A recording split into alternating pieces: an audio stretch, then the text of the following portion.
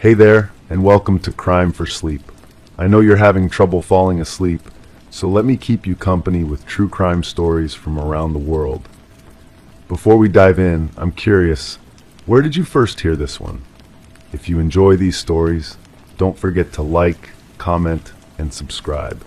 Now get comfortable, and let's get into tonight's case. Crime 1. Every surface sparkled, countertops wiped, dishes stacked, not a crumb in sight. But the air was thick, cloying with an unnatural blend of industrial cleaner and something metallic. The fridge was empty. The trash had been removed. Only the floor drain was stained red around the edges. Detective Marlene Russo had seen many crime scenes in her 18 years with the Springfield Police Department, but something about this one made her stomach tighten. It wasn't what was there, it was what wasn't. Sarah Blackwood had been a creature of habit. Everyone said so. The 34-year-old accountant lived alone in the modest bungalow on Sycamore Drive for nearly 7 years. She walked to work at the same time each morning, stopping for coffee at Miller's Cafe. Her neighbor, Eleanor Whitman, watched Sarah water her garden every evening at 6. Sarah called her mother in Oregon every Sunday at 7 p.m. sharp. Until 3 weeks ago, when the calls stopped. I knew something was wrong, Helen Blackwood later told police, her voice trembling. Sarah never missed our calls, not once in 7 years. The missing persons report was filed a day later. Officers performed a wellness check, but the house appeared normal from the outside. Mail was collected. Lights were on timers. The garden looked freshly watered. It wasn't until 12 days had passed that Eleanor Whitman noticed the kitchen light had remained on for 3 consecutive nights. It was just unusual, Eleanor said, her fingers nervously twisting the pearl necklace she wore. Sarah was meticulous about turning lights off, always worried about her electric bill. When officers entered the home, everything seemed perfectly in order, almost too perfect. The bed was made with hospital corners, clothes hung in the closet arranged by color. Bills were stacked neatly on the desk, each one paid and filed. Sarah's Toyota Corolla sat in the garage. But in the kitchen, despite its immaculate appearance, something was wrong. Detective Russo crouched beside the floor drain, running a gloved finger along its rim. The stain wasn't visible to the naked eye, but under the blue light of her forensic lamp it glowed, a perfect circle of blood that someone had tried desperately to eliminate. They cleaned thoroughly, said forensic technician Julian Moore, his voice hushed as though Sarah might hear him. But they didn't know about luminol. Blood always tells its story if you know how to listen. Sarah's colleagues at Henderson Accounting described her as reserved but kind. She brought homemade cookies to the office on birthdays. She volunteered at a literacy program for underprivileged children on weekends. She never caused trouble, never raised her voice, never seemed to have enemies. That's what concerns me, Detective Russo told her partner, Detective Marcus Wells. Perfect victims often have imperfect secrets. The investigation revealed that Sarah had recently started therapy. Her therapist, bound by confidentiality, could only confirm that Sarah had been dealing with anxiety related to a relationship. She wouldn't say which relationship. When detectives examined Sarah's computer, they found it wiped clean. Her phone was missing. Her social media accounts had been deleted, not deactivated, but systematically erased. Someone wanted Sarah to disappear completely, Detective Wells observed. Not just her body, but her digital footprint too. The breakthrough came from an unexpected source. Miller's Cafe, where Sarah bought her daily coffee, had installed new security cameras 3 months earlier. The footage showed Sarah on what was likely her last morning. She sat at her usual corner table, but she wasn't alone. A man in a dark baseball cap sat across from her. The camera angle obscured his face, but his body language was clear, leaning forward, hands gesturing emphatically. Sarah's posture was rigid, defensive.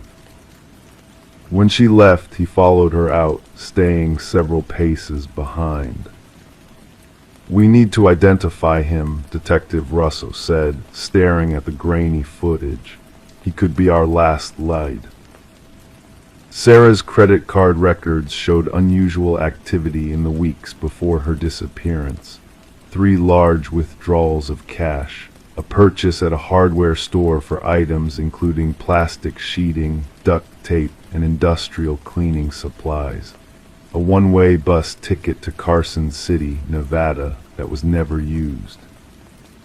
As detectives dug deeper into Sarah's life, contradictions emerged.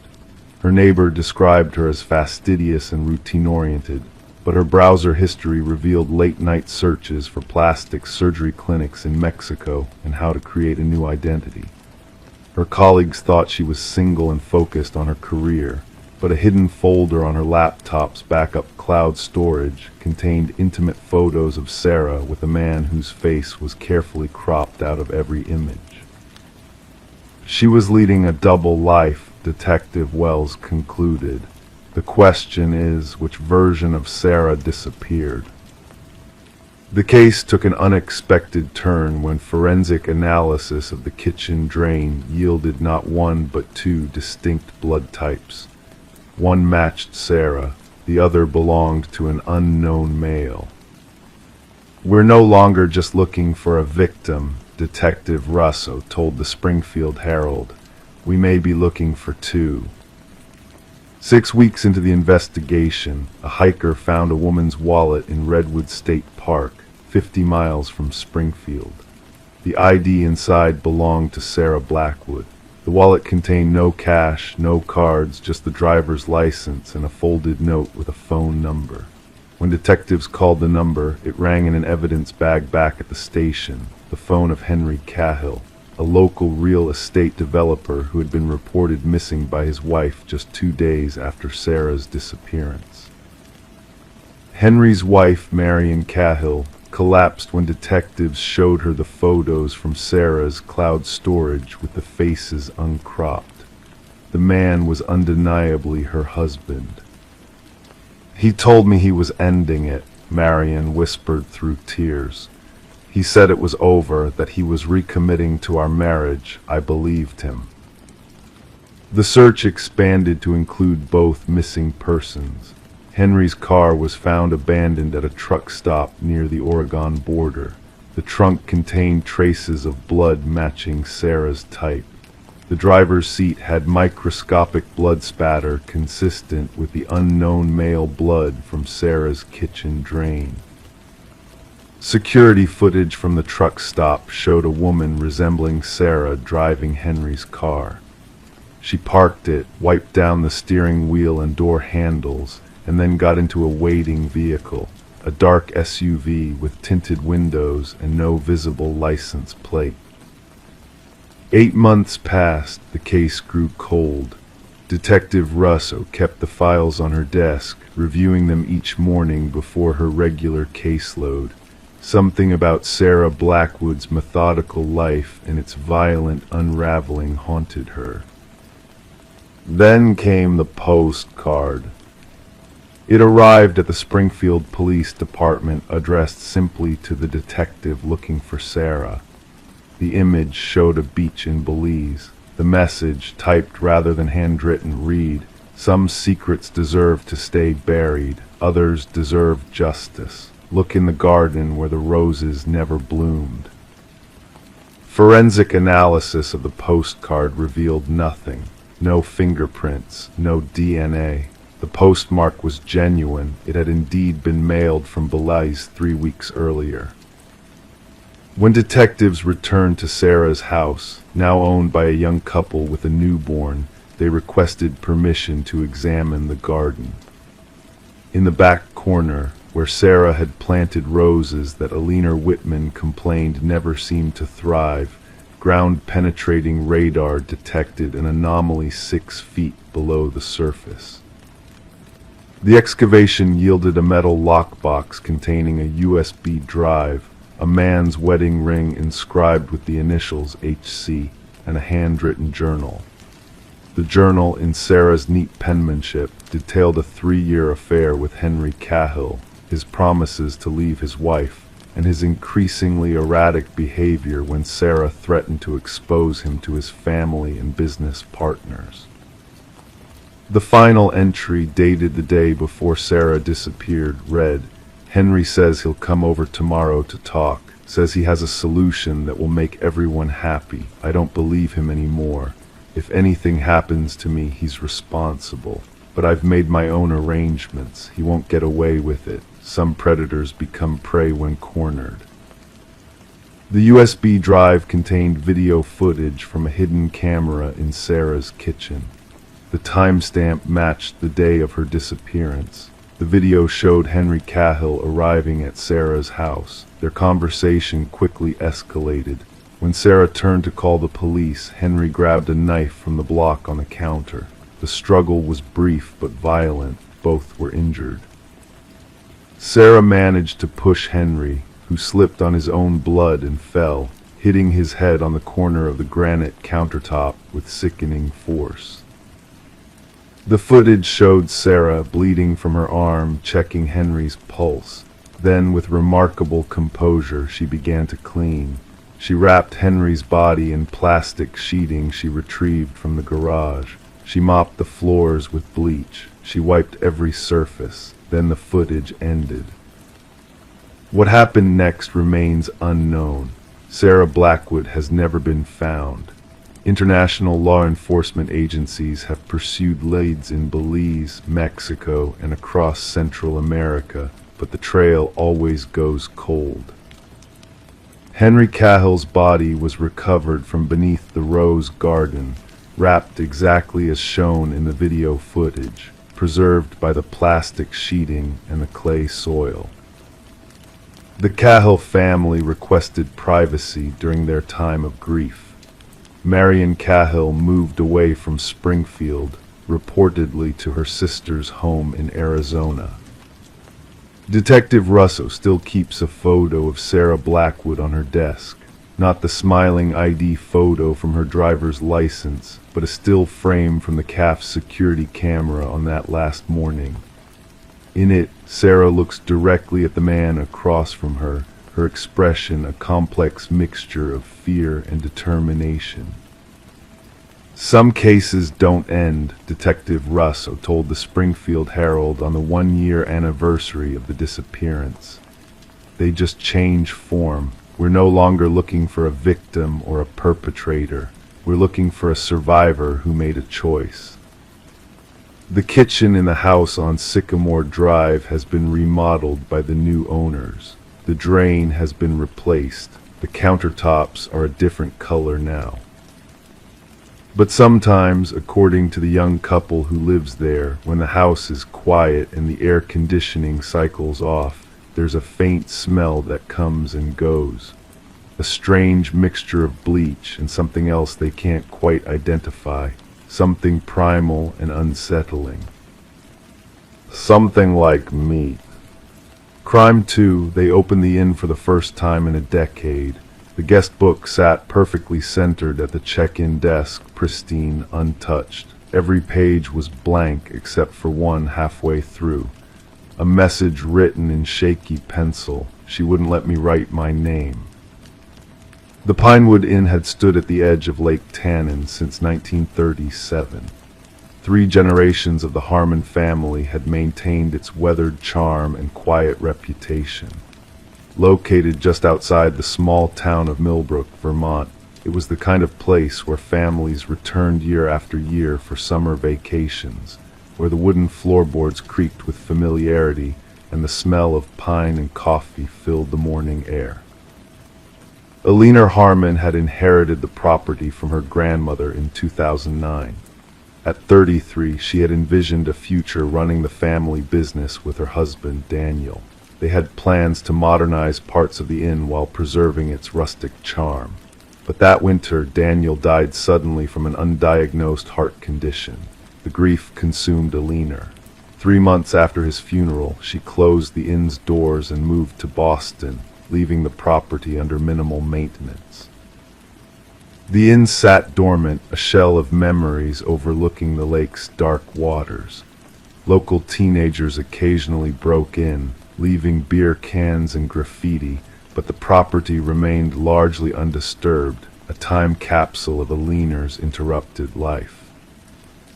In November 2019, Morgan Reed, a real estate developer from New York, contacted Alina with an offer to purchase the property. He planned to demolish the structure and build luxury lakeside condominiums. The offer was substantial, and Alina, who had built a new life as a graphic designer in Boston, agreed to return to Millbrook one final time to clear out the family heirlooms before the sale. The temperature hovered just above freezing when Alina arrived on November 17th. The inn looked smaller than she remembered, its white paint peeling, windows clouded with dust. She used her old key, surprised to find it still worked. The door groaned open, revealing the shadowy interior. The power had been shut off for years, so Alina relied on flashlights and the fading afternoon light to navigate. She had expected to feel overwhelmed by memories, but instead felt a strange detachment, as if visiting someone else's abandoned property. The furniture was draped with white sheets, creating ghostly silhouettes in the dim light. She made her way to the check-in desk, where her grandmother had always kept the leather-bound guest book. There it was, positioned perfectly at the center of the wooden surface, untouched by dust or time. Alina frowned, trying to remember if she had left it there 10 years ago. Opening it, she found the pages crisp and blank, as if newly purchased. But midway through, a single page bore a message written in faint, unsteady pencil. She wouldn't let me write my name. Alina stared at the words, a chill running through her that had nothing to do with the unheated building. The handwriting didn't belong to anyone she knew, and the book itself, she was certain it wasn't the same one her grandmother had used. That book had been filled with names and dates stretching back decades. She set the book down, telling herself it was probably left by one of the teenagers who had broken in. But the pristine condition of the book contradicted this explanation. As darkness approached, Alina decided to stay in town rather than at the inn. She checked into the Millbrook Hotel, a modern building on Main Street that hadn't existed when she lived there. At the reception desk, she casually mentioned her project of clearing out the old Pinewood Inn. The young receptionist, a woman in her 20s with a name tag reading Amber, looked up with sudden interest. The Harmon Place on Lake Tannin. When Alina confirmed, Amber hesitated before speaking again. "You should talk to Sheriff Donovan. There was an incident there about 4 years ago." An incident? Alina felt her stomach tighten. "A woman went missing. They never found her. The last place she was seen was near your inn." That night sleep eluded Alina. Her mind kept returning to the guest book and its strange message. The next morning, she visited the sheriff's office, a small brick building on Millbrook's quiet main street. Sheriff Thomas Donovan was in his 50s, with gray-streaked hair and tired eyes that had seen too much in a town where nothing was supposed to happen. When Alina introduced herself as the inn's owner, his expression shifted slightly. "Ms. Harmon, I've been meaning to contact you, actually." He invited her to sit. 4 years ago, in October 2015, a woman named Diane Coulter went missing in Millbrook. She was a travel blogger staying at the Lakeside Motel. Her rental car was found at the trailhead near your property. Alina listened as Sheriff Donovan described how Diane, 38, had come to Millbrook to photograph fall foliage. Her blog followers became concerned when she stopped posting. The sheriff showed Alina a photograph, a woman with auburn hair and a confident smile standing against a backdrop of autumn leaves. We conducted extensive searches of the area, including your property. I apologize if anything was disturbed. The inn was locked, Alina said, and I haven't been back since 2009. Sheriff Donovan's eyebrows rose slightly. Are you certain? Because we found the inn unlocked when we searched it. Nothing seemed disturbed inside, but it was definitely open. Alina felt a chill return. That's impossible. I locked it myself when I left. Someone's been there, Ms. Harmon. We found fresh coffee grounds in the kitchen trash. The bed in room 7 had been slept in. Room 7, the corner room with the view of both the lake and the surrounding forest. It had always been the most requested accommodation. And there's something else, the sheriff continued. Diane's sister received a postcard from her, postmarked 2 days after she was reported missing. It showed the Pinewood Inn. On the back it said only, "Found the perfect place to stay. She's an interesting host." Alina's voice was barely audible, but there was no host. The inn was closed. Later that day, Alina returned to the inn with Sheriff Donovan. They walked through each room methodically. Everything appeared as Alina remembered leaving it, except for room 7. The white sheet that should have covered the bed was folded neatly at the foot. The bed itself was made, but Alina noticed slight depressions in the pillow. "Someone's been sleeping here," she whispered.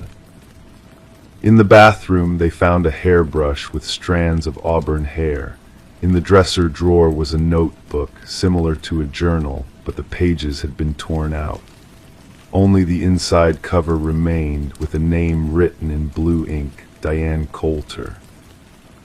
"I don't understand," Alina said. "How could someone stay here without anyone knowing?" Sheriff Donovan examined the windows and doors for signs of forced entry, but found none. "Is there another key?" he asked. "My grandmother kept spare keys in her office," Alina recalled. They went downstairs to the small room behind the reception desk. The office was undisturbed, dust covering every surface except for the key cabinet on the wall.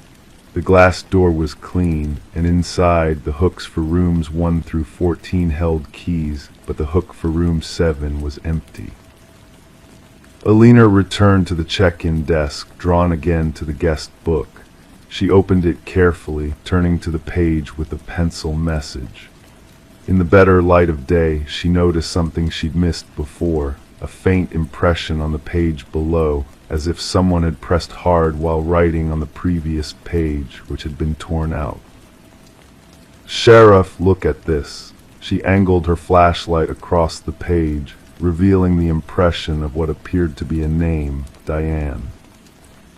Over the next 3 days, Alina and Sheriff Donovan pieced together a disturbing scenario. Diane Coulter had somehow gained entry to the inn, possibly finding a hidden key or the building unlocked. She had stayed in room 7, making herself at home in the abandoned property. But someone else had been there too. A search of the surrounding property revealed Diane's camera buried under leaves near the edge of the forest. The memory card was missing. Her rental car keys were found in the kitchen drawer.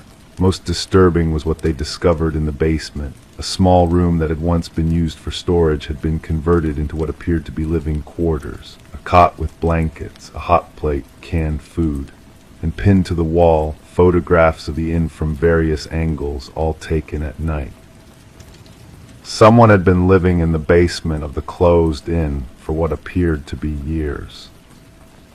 The local newspaper archives revealed 3 other missing persons cases in the surrounding area between 2010 and 2018. All visitors to the region. None were ever found. Alina couldn't bring herself to stay in Millbrook any longer.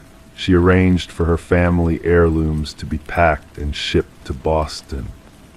The sale to Morgan Reed was put on hold indefinitely as the property became the center of an ongoing investigation. Before leaving, Alina took one final walk through the inn. In room 7, she stood at the window overlooking the lake. The water was dark and still, reflecting the gray November sky. She tried to imagine Diane Coulter standing in the same spot, perhaps admiring the view before something or someone interrupted her stay. As she turned to leave, she noticed something carved into the wooden window frame, partially hidden by the curtain. Small but distinct letters that formed 2 words, "Help me." The inn remains empty today. Sheriff Donovan continues to investigate the disappearance of Diane Coulter and the other missing visitors. The guest book sits in an evidence locker at the Millbrook Police Department. Alina Harmon never returned to Millbrook. She changed her last name and moved to California, where she rarely speaks of the family property by the lake. And sometimes local residents driving past the old Pinewood Inn at night claim they can see a light in the window of room 7, though the electricity has long been disconnected. A soft, amber glow that appears and disappears, as if someone is moving through the room with a candle. Someone who doesn't want to write their name in the guest book. Crime 3, it throbbed slightly beneath the upholstery. At first they blamed imagination, bad lighting, soft floorboards, but when they leaned in close they heard it, a faint rhythm, slow and irregular. They cut into the cushion and found tubing, real veins, and something still moving under the stuffing. Detective Sarah Lawson had been with the Redwood County Sheriff's Department for 15 years. She'd seen the aftermath of domestic disputes gone violent, hunting accidents, drug deals that ended in bloodshed. But nothing in her career had prepared her for what awaited in the modest split-level home at 472 Oakwood Drive. The call had come in on a Tuesday morning in late October. The air outside had just begun to take on that particular crispness that signals the true arrival of fall in northern Minnesota. Sarah had been sipping coffee, reviewing paperwork from a recent string of mailbox vandalisms when dispatch radioed. A wellness check request from a concerned sister who hadn't heard from her brother in 2 weeks. Raymond Miller was 43, a furniture restoration specialist who worked from his home workshop in the basement. Neighbors described him as quiet but pleasant, the kind of man who would wave from his driveway but rarely stop to chat. He lived alone after his divorce 3 years prior, and his ex-wife had relocated to Arizona with their teenage son. The sister, Diane Calloway, had driven from Duluth that morning after Raymond failed to show up for their mother's 70th birthday dinner the previous weekend.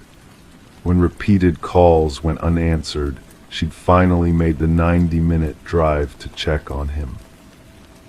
"His car's in the garage," Diane told Sarah, hugging herself against the autumn chill. "All the lights are off. He always keeps a lamp on in the living room, even during the day. Says it makes the place feel less empty." Sarah nodded, jotting notes. "When's the last time you spoke with him?" 16 days ago, we talked about Mom's birthday. He seemed fine, maybe a little distracted, but nothing unusual. Officer Pete Daniels, Sarah's partner for the day, was peering through windows. No movement inside that I can see. After knocking produced no response, they used the spare key Diane provided to enter. The house was unnaturally quiet and carried a strange, heavy smell, not quite the decomposition Sarah had unfortunately encountered before, but something organic and wrong. The kitchen showed signs of abandonment. a coffee mug with fuzzy growth, mail stacked unopened on the counter. The dining room was empty except for a table covered with sketches of furniture designs, intricate drawings of chairs and tables with notes about wood types and joinery techniques. It was the living room where they found it. A large couch dominated the space, a new addition to the home, according to Diane, who didn't recognize it. The piece was striking, a curved Victorian-style settee reupholstered in a deep burgundy velvet. It looked out of place in the otherwise modest ranch home with its beige carpet and plain walls. "That's strange," Diane whispered. "Ray works on antiques for clients, but he never brings them upstairs from his workshop." Sarah approached the couch, drawn by something she couldn't quite identify. That's when she noticed the subtle movement, a barely perceptible rhythm beneath the fabric, like something breathing. At first, she dismissed it as a trick of light or perhaps the settling of new upholstery. But then she saw the stain. Along the seam where the back cushion met the seat, a dark patch was slowly spreading. Sarah leaned closer and realized with a start that it was wet, fresh, not old. And when she gently pressed a gloved finger against it, the couch seemed to respond with a pulse of its own. "Pete," she called quietly, "I need you over here. Bring the camera." What followed would become the central mystery that haunted Redwood County for years. When they carefully cut into the upholstery, they discovered a complex network of clear plastic tubing running throughout the couch's frame. The tubes contained a dark red fluid that was indeed pulsing, pushed by a small mechanical pump hidden in the couch's base. But it was what they found inside the hollowed-out cushions that caused Officer Daniels to stumble back and Diane to collapse in the hallway. Human tissue, carefully preserved and integrated into the furniture's structure. Raymond Miller was nowhere in the house. His basement workshop, however, told a disturbing story. The space was immaculate, tools organized with obsessive precision, sketches pinned to corkboards showing increasingly bizarre furniture designs that incorporated organic elements. One drawing, dated just 3 weeks earlier, showed the very couch they'd found upstairs with annotations that chilled Sarah's blood: self-sustaining piece, circulatory system complete, host integration next phase. The investigation revealed that Raymond had been experimenting with his craft for months, perhaps years. His internet search history showed research into organ preservation, circulatory systems, and medical equipment. Receipts found in a meticulously maintained ledger showed purchases of surgical supplies from medical surplus vendors. 4 days into the investigation, they found a storage unit registered in Raymond's name. Inside were 3 more pieces: a wingback chair, an ottoman, and a small side table, all exhibiting similar modifications. Tests confirmed the presence of human DNA in all the pieces. The most disturbing discovery came a week later when forensic technicians dismantled the couch completely. Hidden within the frame's central support was a preserved human heart, connected to the tubing system and still being mechanically stimulated to contract and relax, creating the pulse that had first caught Sarah's attention. DNA testing identified the tissue as belonging to Raymond himself. Yet Raymond's body was never found. No blood evidence suggested violence in the home or workshop.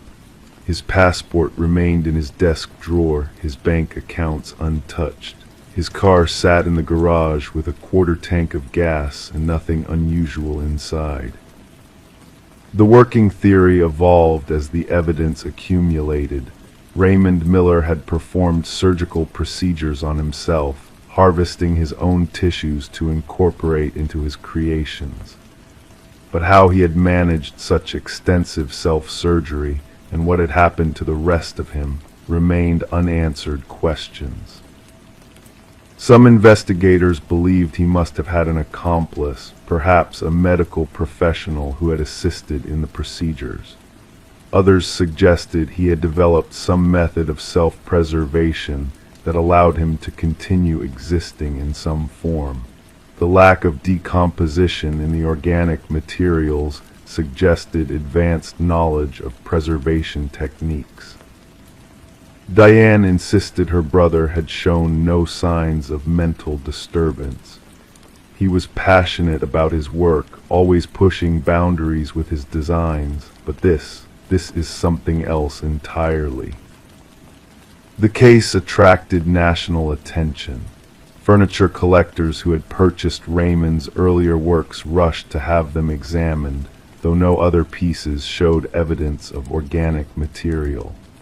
Art critics debated whether his final works represented the ultimate convergence of creator and creation, or the manifestations of a disturbed mind. As weeks turned to months, the investigation stalled. Sarah found herself returning to the evidence room late at night to study the photographs of Raymond's workshop, searching for any clue they might have missed. The precision of his work haunted her, each tube connection perfect, each stitch in the upholstery immaculate. "It's like he wasn't just creating furniture," she told Pete one evening as they reviewed the case. "It's like he was trying to create something living." 1 year after the discovery, Sarah received a package at the sheriff's department. Inside was a simple wooden box with intricate joinery, unmistakably Raymond's craftsmanship. The box contained a single sheet of paper with a message in careful handwriting. "The artist must become one with his creation to truly understand it. I didn't disappear, detective. I evolved. Look for me in the grain of the wood, in the curve of the armrest. I'm still here. I'm in every piece I've ever made."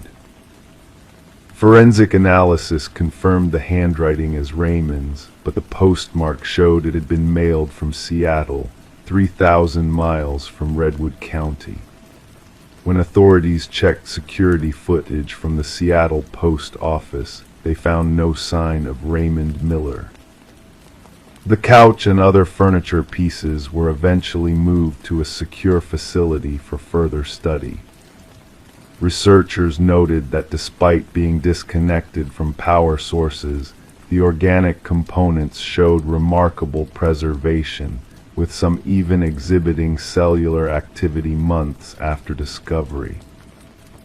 5 years later, the case of Raymond Miller remains officially open but inactive. Sarah Lawson has since been promoted to chief detective, but she keeps a small wooden coaster, one of Raymond's earlier, innocent creations, on her desk. Sometimes, late at night when the office is empty, she swears she can feel a faint vibration coming from it when she rests her coffee mug on its surface. And occasionally, when the light hits it just right, she can almost see it pulse. Crime 4, from the outside it looked normal, but inside the walls were raw, nails pointing inward, insulation exposed, writing scrawled on the beams. "This is where I disappeared." The door had no lock, no hinges, and the light bulb in the ceiling held a camera instead of a filament. In Mapleton, Oregon, a town where pine trees outnumbered people 3,000 to 1, Rebecca Sloan had lived her entire 32 years. Everyone knew her as the quiet librarian who walked the same route home every evening, past Miller's Grocery, around Cottonwood Park, and down Juniper Lane. Her single-story home sat at the edge of town, a modest place with blue shutters and a garden that bloomed with dahlias each summer. Rebecca lived alone after her mother passed from cancer 4 years earlier. Neighbors described her as reserved but kind, the type of person who remembered your birthday but rarely accepted invitations to celebrate hers. She kept to herself but was a fixture in the community, helping children find adventure in books and elderly residents navigate the library's new computer system. Her routine rarely varied: work, home, occasionally dinner with her cousin Elaine, who lived one town over. On Thursday, September 17th, 2023, Rebecca didn't show up for her morning shift at the library. The head librarian, Martha Kent, thought little of it at first. People got sick, cars broke down, alarms failed to ring. But Rebecca had never missed work without calling in her 15 years of employment.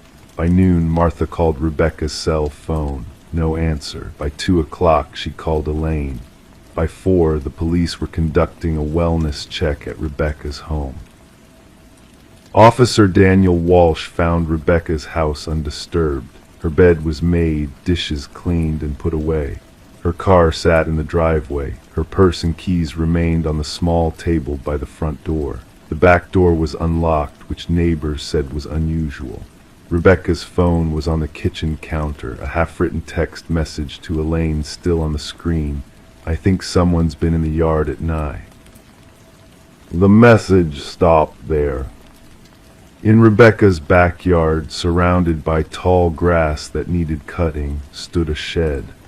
Officer Walsh approached it with an uneasy feeling he would later tell investigators he couldn't explain.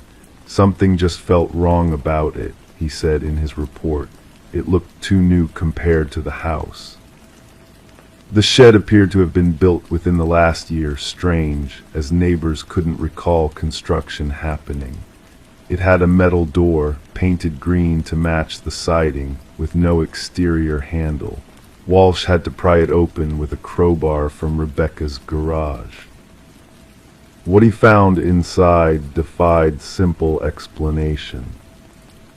The interior walls were constructed backward, the studs exposed, the drywall facing outward. Insulation hung in clumps. Dozens of nails protruded from the walls, pointing inward. The ceiling light fixture contained no bulb but a small camera connected to a battery pack. In the corner sat a folding chair bolted to the floor, and all across the exposed beams, written in what appeared to be black marker, were hundreds of iterations of the same phrase: "This is where I disappeared." Some were written small, some large, some appeared fresh, others faded. Different handwriting styles, but forensic analysis would later confirm they were all written by the same person, Rebecca Sloan. The investigation expanded rapidly. Security camera footage from neighboring houses showed nothing unusual in the days before Rebecca's disappearance. Her internet search history revealed nothing alarming: recipes, library journal articles, and gardening tips. Her bank account showed no unusual withdrawals. Her cousin Elaine insisted Rebecca had never mentioned building a shed. 5 days into the investigation, Detective Morgan Carter discovered something disturbing. County records showed no permits issued for shed construction on Rebecca's property. More significantly, aerial mapping photos taken by the county assessor's office 3 months earlier showed no shed in Rebecca's backyard. The forensic team found no fingerprints inside the shed except Rebecca's. The camera contained no memory card. Soil samples taken from around the foundation suggested the shed had been there for years, not months, contradicting the aerial photos. 2 weeks after Rebecca's disappearance, Elaine provided investigators with information that shifted the case in an unexpected direction. Rebecca had been having nightmares, she told Detective Carter. She said she kept dreaming about a small room where the walls were wrong. She'd been having these dreams since she was a teenager, but they'd gotten worse after our grandmother died last year. Rebecca's childhood therapist, Dr. Helen Mayer, agreed to speak with investigators about her former patient, with permission from Rebecca's cousin as next of kin. Dr. Mayer confirmed that as a child, Rebecca had described recurring nightmares about being trapped in a room built inside out. "I always thought it was a manifestation of anxiety," Dr. Mayer explained. Rebecca was an intensely private person from a young age. The inside-out room represented her fear of being exposed, vulnerable. Search dogs tracked Rebecca's scent from the house to the shed, but then lost it completely. Ground-penetrating radar detected no disturbances in the soil beneath or around the structure. The case gradually faded from local headlines as leads dried up. Then 3 months after Rebecca disappeared, Miller's Grocery installed a new security system. Reviewing test footage, the owner discovered something odd in recordings from the week before Rebecca vanished. The footage showed Rebecca walking her usual route home, but she was being followed approximately 20 yards behind by a tall figure in dark clothing. The quality was too poor to identify the person, but the same figure appeared in footage from 3 consecutive days. Detective Carter returned to Rebecca's neighborhood, canvassing houses farther from Rebecca's home. 2 blocks away, he found Jerome Fisher, a retiree who spent most days tending his elaborate garden. Fisher recalled seeing a white van parked near Rebecca's house several times in August. "I thought it was a contractor," he said. "Saw a man unloading lumber once, assumed she was having work done." Fisher's description of the man was vague, medium-height, baseball cap, work clothes, but he remembered part of the company name on the van, something construction, started with an L, I think. A search of local construction companies turned up Lakeside Construction, owned by Thomas Green. Green had no criminal record, but a background check revealed he had once been questioned regarding the disappearance of a woman in Seattle 7 years earlier. That case remained unsolved. When questioned, Green denied knowing Rebecca or working on her property. His alibi for the week before her disappearance checked out. He'd been overseeing a project in Portland. His employees all verified his whereabouts. The investigation again hit a wall. 6 months after Rebecca vanished, a library patron returned a book that had been checked out for over a year. Inside, marking page 247, was a bookmark with Rebecca's handwriting. It contained a list of dates spanning the previous 5 years and an address in Burnside, a town 30 miles north of Mapleton. The address led to an abandoned warehouse. Inside, investigators found no sign of Rebecca, but discovered a room in the back with walls constructed inside out, identical to the shed in her yard. Written on one beam was, "This is where I will disappear," in handwriting matching Rebecca's. Property records showed the warehouse had been purchased 7 years earlier by a shell company that Detective Carter traced back to Green's cousin. When confronted with this information, Green continued to deny involvement but couldn't explain the connection. The investigation continues today. Rebecca Sloan remains missing. The shed still stands in her backyard, a bizarre monument to an unsolved mystery. Locals avoid walking past her house at night. Occasionally, someone reports seeing lights in the shed after dark, though police investigations find nothing. The camera that hung where a light bulb should be was removed as evidence, but officers who drive by sometimes swear they see a small red light blinking from the ceiling. The question that haunts investigators: did Rebecca build the shed herself, manifesting her nightmares into reality through some psychological break, or did someone else construct it, someone who knew her deepest fears and used them against her? The walls remain, nails pointing inward. The writing fades but doesn't disappear. And somewhere, perhaps, Rebecca knows the answer to the mystery of the shed that was built inside out. Crime 5, no matter how hard they pulled, the dog planted its feet and growled, not at the house itself, but at the doorway. Inside, everything was untouched, nothing missing, nothing broken. Except one thing: the front mat was gone, and in its place, someone had scratched the outline of a body into the porch wood. In the small town of Millfield, Minnesota, everyone knew Sarah Brennan. She was the kind of person who remembered your birthday, who brought soup when you were sick, who volunteered at the animal shelter every Saturday morning without fail.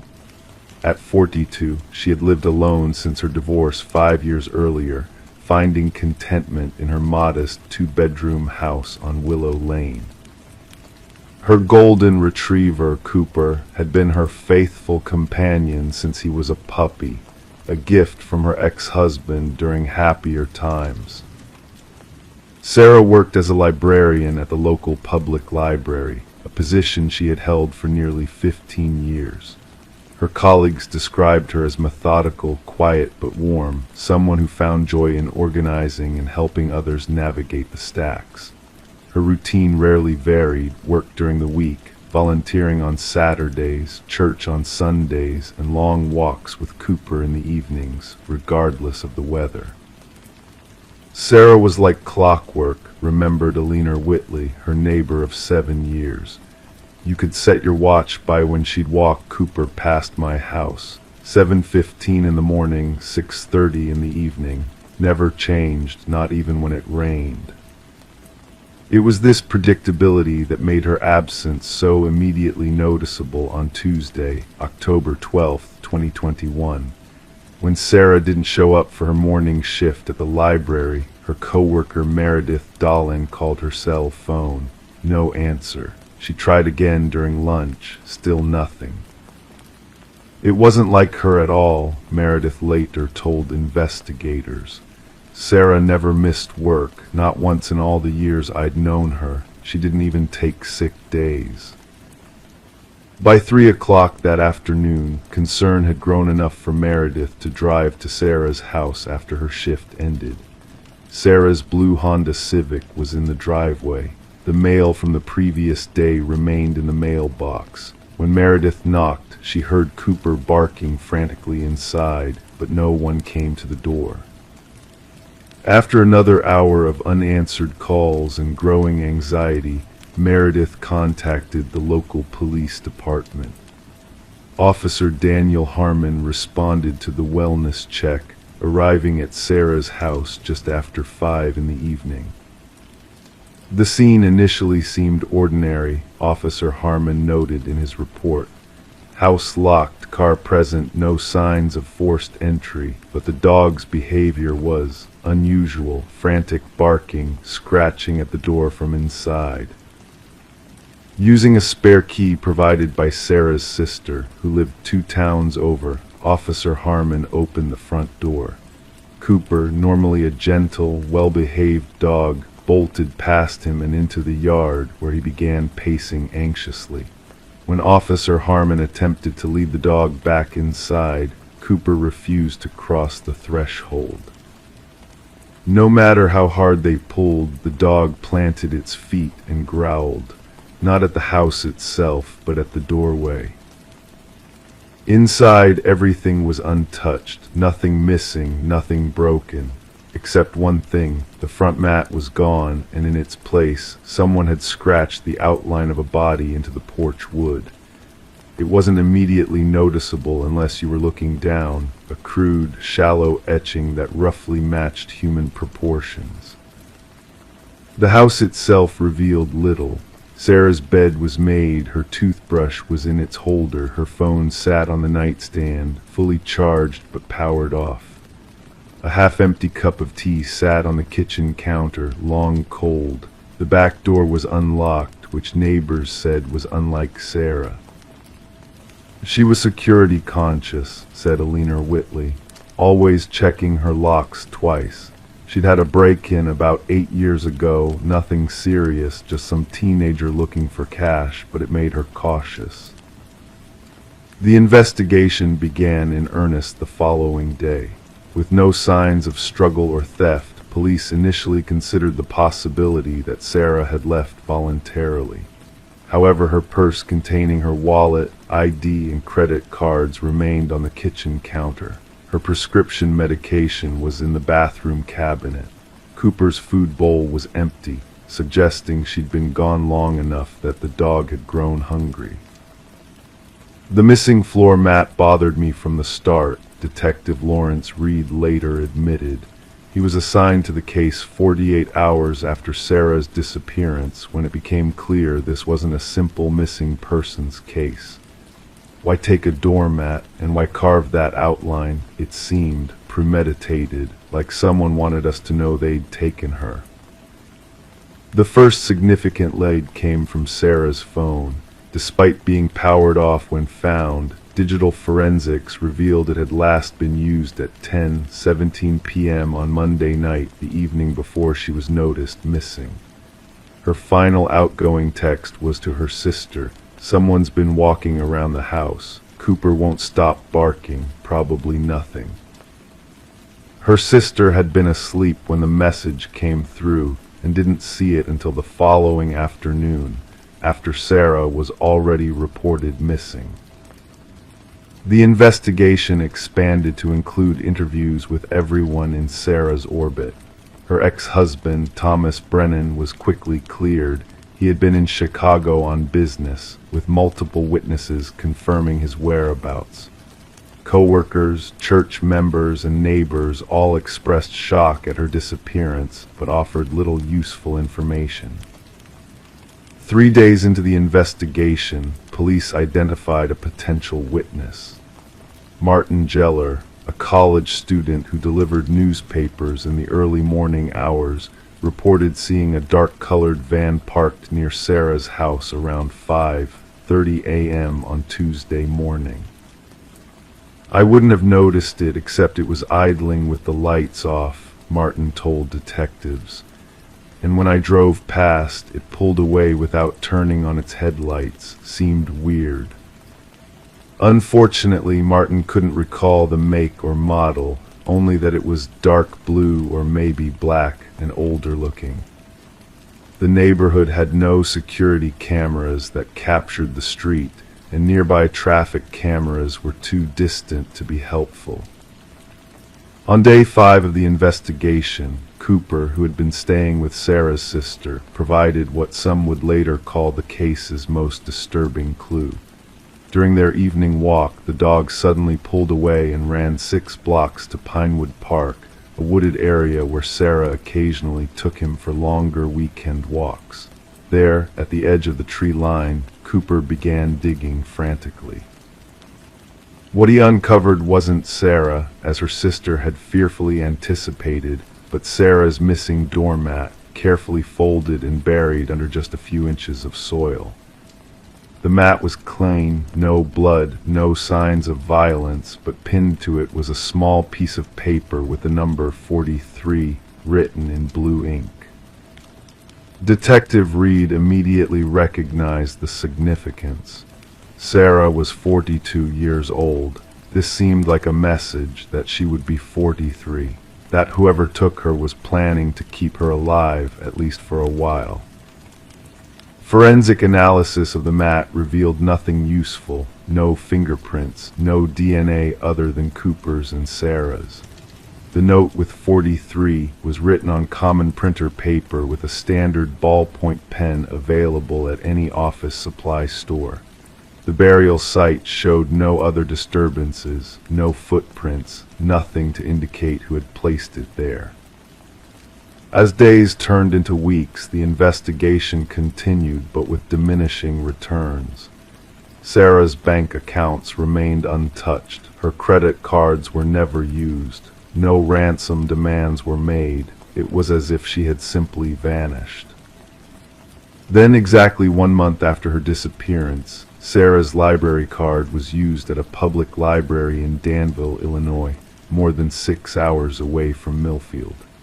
Security footage showed a heavy-set man with a baseball cap pulled low over his face using the card to check out a single book, The Collector by John Fowles, a novel about a man who kidnaps a woman and keeps her prisoner. The man could not be identified from the footage, and by the time local police investigated, the trail had gone cold. The book was returned via the overnight drop box 2 days later, with no fingerprints and no messages hidden inside. 3 months after Sarah disappeared, another disturbing development occurred. Eleanor Whitley, Sarah's neighbor, received an unmarked envelope in her mailbox. Inside was a Polaroid photograph showing a room with white walls and a small window set high near the ceiling. No person was visible in the image, but on the wall hung a calendar open to January 2022, with the days leading up to the 15th crossed off in red. In the corner of the photo, barely visible, was Cooper's old blue leash. Police analyzed the photograph, but found nothing to indicate where it had been taken. The postmark showed it had been mailed from a post office in Indianapolis, adding another location to the puzzling geographic spread of clues. It felt like someone was playing a game with us, Detective Reed recalled, leaving just enough breadcrumbs to keep us searching, but never enough to find her. 6 months into the investigation, with leads dwindling and resources being redirected to more recent cases, Sarah's sister received a package containing Sarah's library name badge and a handwritten note that said simply, "Librarians keep the best secrets." Handwriting analysis proved inconclusive. The package had been shipped from St. Louis, continuing the pattern of geographically disconnected clues spanning the Midwest. Cooper, who had permanently moved in with Sarah's sister, continued to behave strangely. On the anniversary of Sarah's disappearance, he escaped from the yard and was found hours later sitting in front of Sarah's old house, which had remained empty, the family unable to bring themselves to sell it. The dog sat facing the front door, unwilling to approach the threshold where the body outline remained faintly visible in the wood, despite attempts to sand it away. In a development that brought both hope and deeper mystery, 18 months after Sarah's disappearance, a woman matching her description was reported by a hotel clerk in Cedar Rapids, Iowa. The woman had checked in under the name Eleanor Whitley, Sarah's neighbor's name, and paid cash for a single night's stay. Security footage confirmed a striking resemblance to Sarah, though the woman's hair was cut short and dyed darker.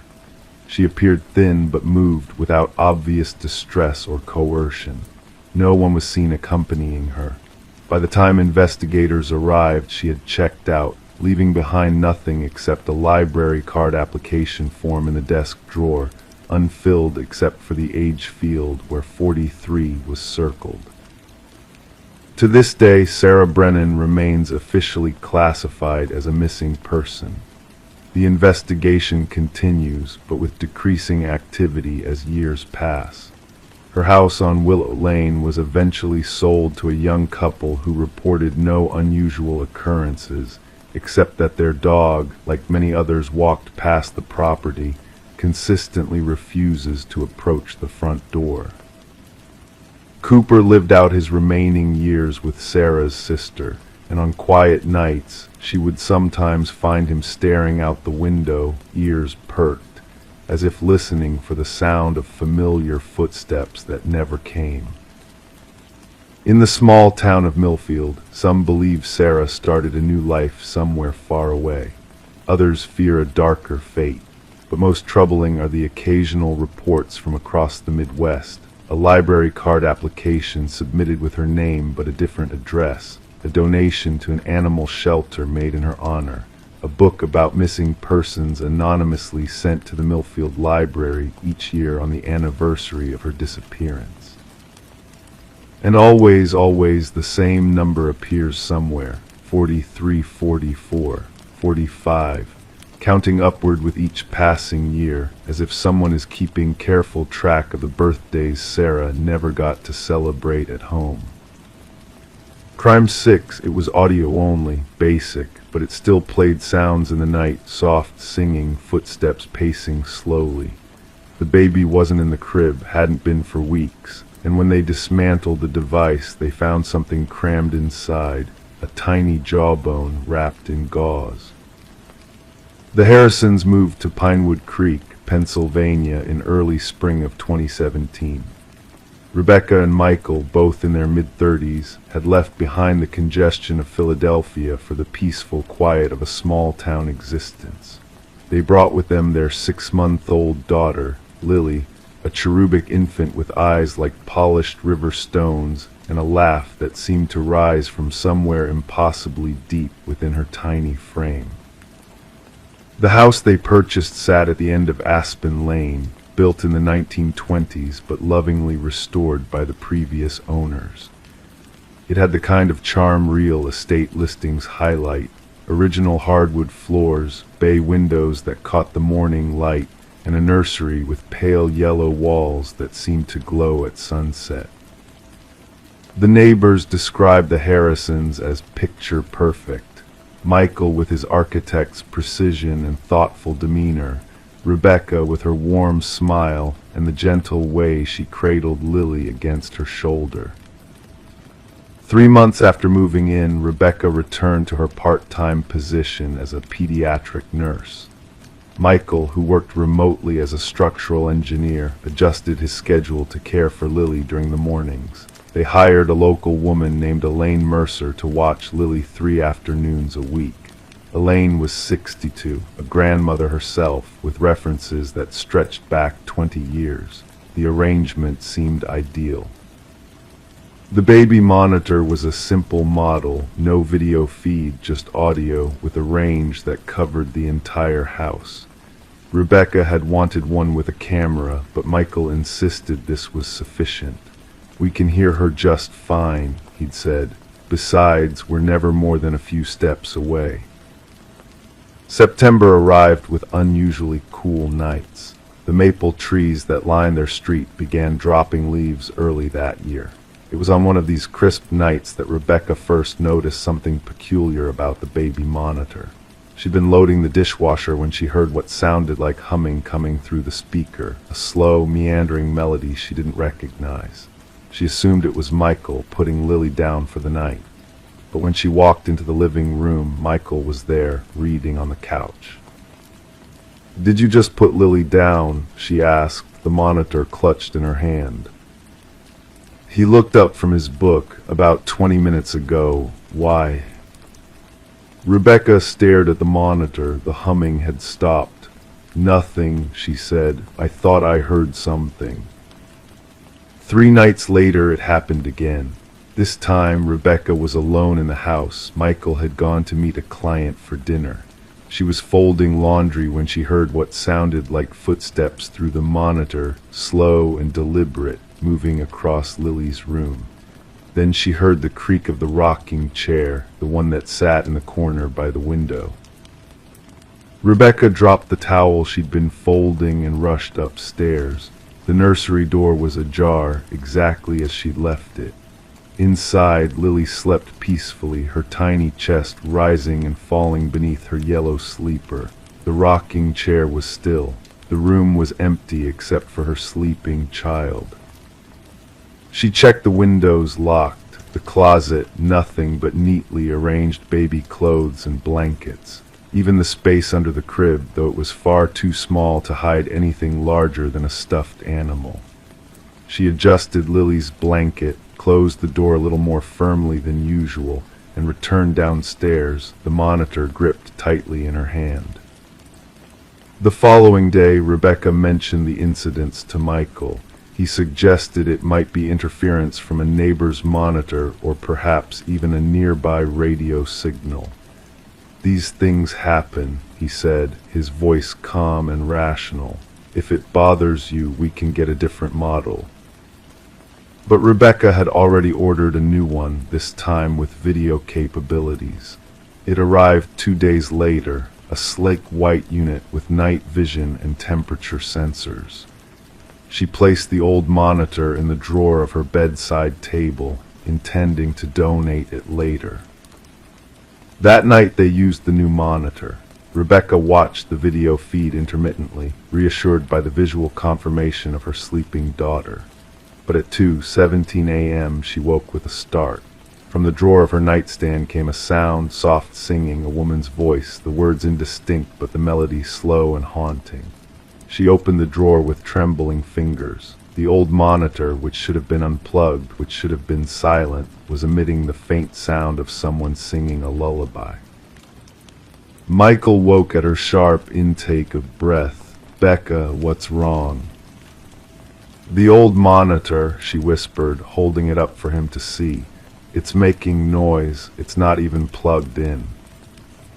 He took it from her, examining it in the dim light from their bedside lamp. "Battery backup," he said finally. "Some models have them. It must be picking up interference." But there was no battery compartment, and when Michael pressed the power button, nothing happened. The monitor was dead in his hands, silent, unresponsive. "You must have been dreaming," he said gently, placing it back in the drawer. "Try to get some sleep." But Rebecca couldn't forget what she'd heard. The next morning, while Michael took Lily for a walk, she removed the old monitor from the drawer. She turned it over in her hands, examining every inch of its plastic casing. Something rattled inside, something loose.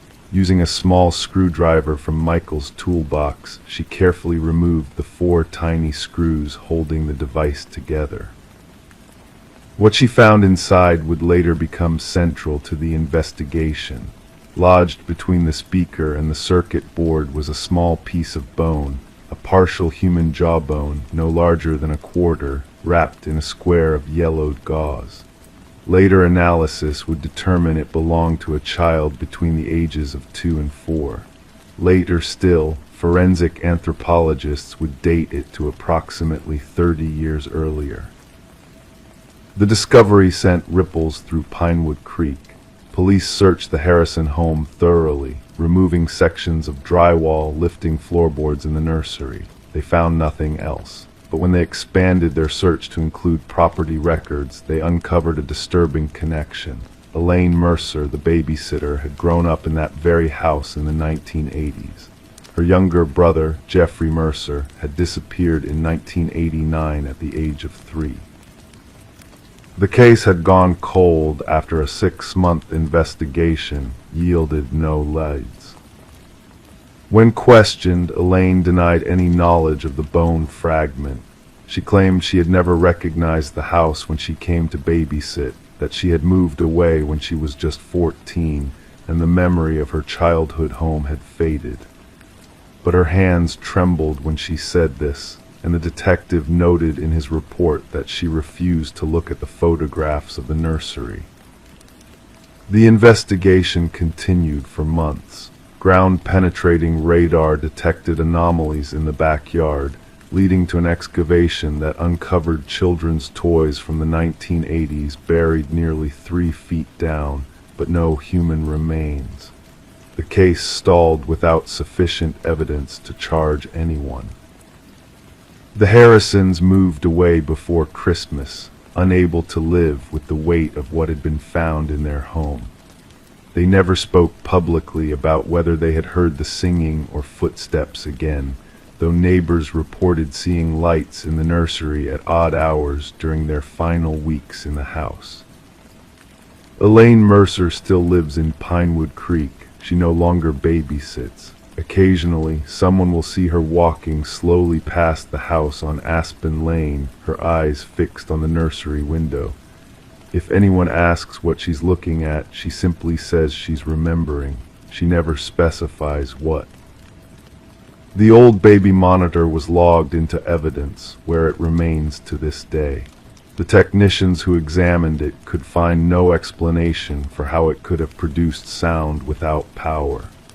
The bone fragment was eventually determined to be consistent with the estimated age of Jeffrey Mercer at the time of his disappearance, but DNA testing was inconclusive due to degradation. Sometimes late at night, the officer on duty at the evidence lockup will claim they hear something from the sealed box where the monitor is stored, a soft humming, like someone singing a child to sleep. But when they open the box to check, the monitor is always exactly as it was left, silent, still, keeping its secrets. And in Pinewood Creek, parents now opt for video monitors exclusively. though some claim, in hushed voices over coffee or wine, that even those sometimes pick up things that shouldn't be there. A shadow moving across an empty room, or a figure sitting in a rocking chair, watching over a child who isn't theirs. Crime 7, in the small town of Millfield, Pennsylvania, mornings arrived with a certain predictability. September 2018 brought crisp air that cut through summer's lingering warmth, and for Elaine Mercer, it meant returning to her 4th year of teaching high school English. At 42, Elaine had established herself as a fixture in the community, respected, well-liked, dependable. Her modest 2-bedroom house on Sycamore Lane sat just 3 blocks from Millfield High School. Every weekday, she would leave at precisely 7:15 a.m., coffee thermos in hand, her leather messenger bag slung over her shoulder. The walk took 12 minutes, and neighbors would set their watches by her passing. Elaine appreciated routine, found comfort in its predictability. What her colleagues knew about Elaine's personal life came in careful fragments. She had divorced 8 years earlier, maintained cordial but distant relations with her ex-husband who had relocated to Pittsburgh. She had no children but doted on her sister's twins who lived an hour away.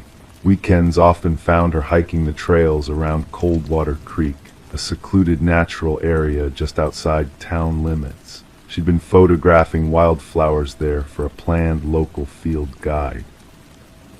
She kept to herself but wasn't exactly private, recalled Linda Hoffman, who taught mathematics in the classroom adjacent to Elaine's. She just seemed content with her own company. On Friday, October 5th, Elaine dismissed her final class of the day, AP Literature, at 3:15 p.m. Security footage showed her leaving the building at 4:07 p.m., slightly later than usual. The camera captured her retrieving something from her mailbox in the teacher's lounge before exiting through the east doors. She wore khaki pants, a navy cardigan, and carried her familiar brown messenger bag. She appeared unhurried, ordinary. That evening, Elaine called her sister Catherine, as she did every Friday at 7:30 p.m. The conversation lasted 23 minutes, during which they discussed Catherine's children, an upcoming faculty meeting Elaine was dreading, and plans for Thanksgiving. Catherine would later describe the call as completely normal. Elaine mentioned looking forward to hiking at Coldwater Creek the following morning. This was the last verified contact anyone had with Elaine Mercer. Saturday morning dawned clear and cool. Elaine's car, a gray 2015 Toyota Corolla, remained in her driveway. Her normal hiking routine involved driving the 4 miles to the Coldwater Creek trailhead, but occasionally, when the weather was particularly pleasant, she would walk the route. Neighbors assumed this was her choice that morning. By Sunday evening, however, unease began to surface. Elaine had not responded to 2 text messages from Catherine. On Monday morning, when she failed to appear at school, Principal Martin Delaney called her home phone and cell. Both went unanswered. By noon, with Elaine's substitute teacher struggling to locate her lesson plans, Delaney requested a wellness check from the Millfield Police Department. Officer Thomas Wilson arrived at Elaine's home at 12:47 p.m. The house was locked, undisturbed. Her car sat in the driveway. Through windows, Wilson observed nothing unusual. After attempts to contact Elaine's known associates, police made the decision to enter the premises at 2:35 p.m. The interior of Elaine's home revealed an unfinished cup of tea on the kitchen counter. A book lay open on the coffee table, Joan Didion's The Year of Magical Thinking, with reading glasses resting on its pages. Her hiking boots remained in the front closet. Her phone charger was plugged in beside her bed, but her phone was missing. Her wallet and keys were absent from their customary place in a ceramic bowl by the door. Nothing suggested she'd planned to be gone long, Detective Sarah Calloway would later report, but nothing indicated distress either. It was as though she had stepped out for a moment and simply never returned. Investigators established a timeline. Elaine was last seen alive by a neighbor washing his car around 6:30 p.m. on Friday. Her lights were observed on until approximately 11:00 p.m. On Saturday morning, no one recalled seeing her leave her house, though most neighbors were occupied with weekend activities of their own. 4 days into the investigation, a search of Coldwater Creek began in earnest. The area comprised over 20 miles of hiking trails through densely wooded terrain, with the eponymous creek running through its center. October's early color change had begun stripping trees of their foliage, creating a carpet of red and gold that complicated ground searches.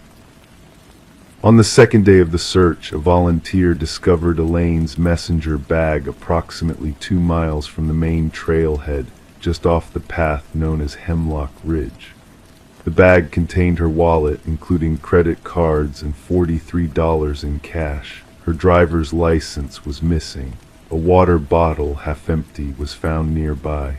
There were no signs of a struggle. The placement was strange, recalled search volunteer Jeff Daniels.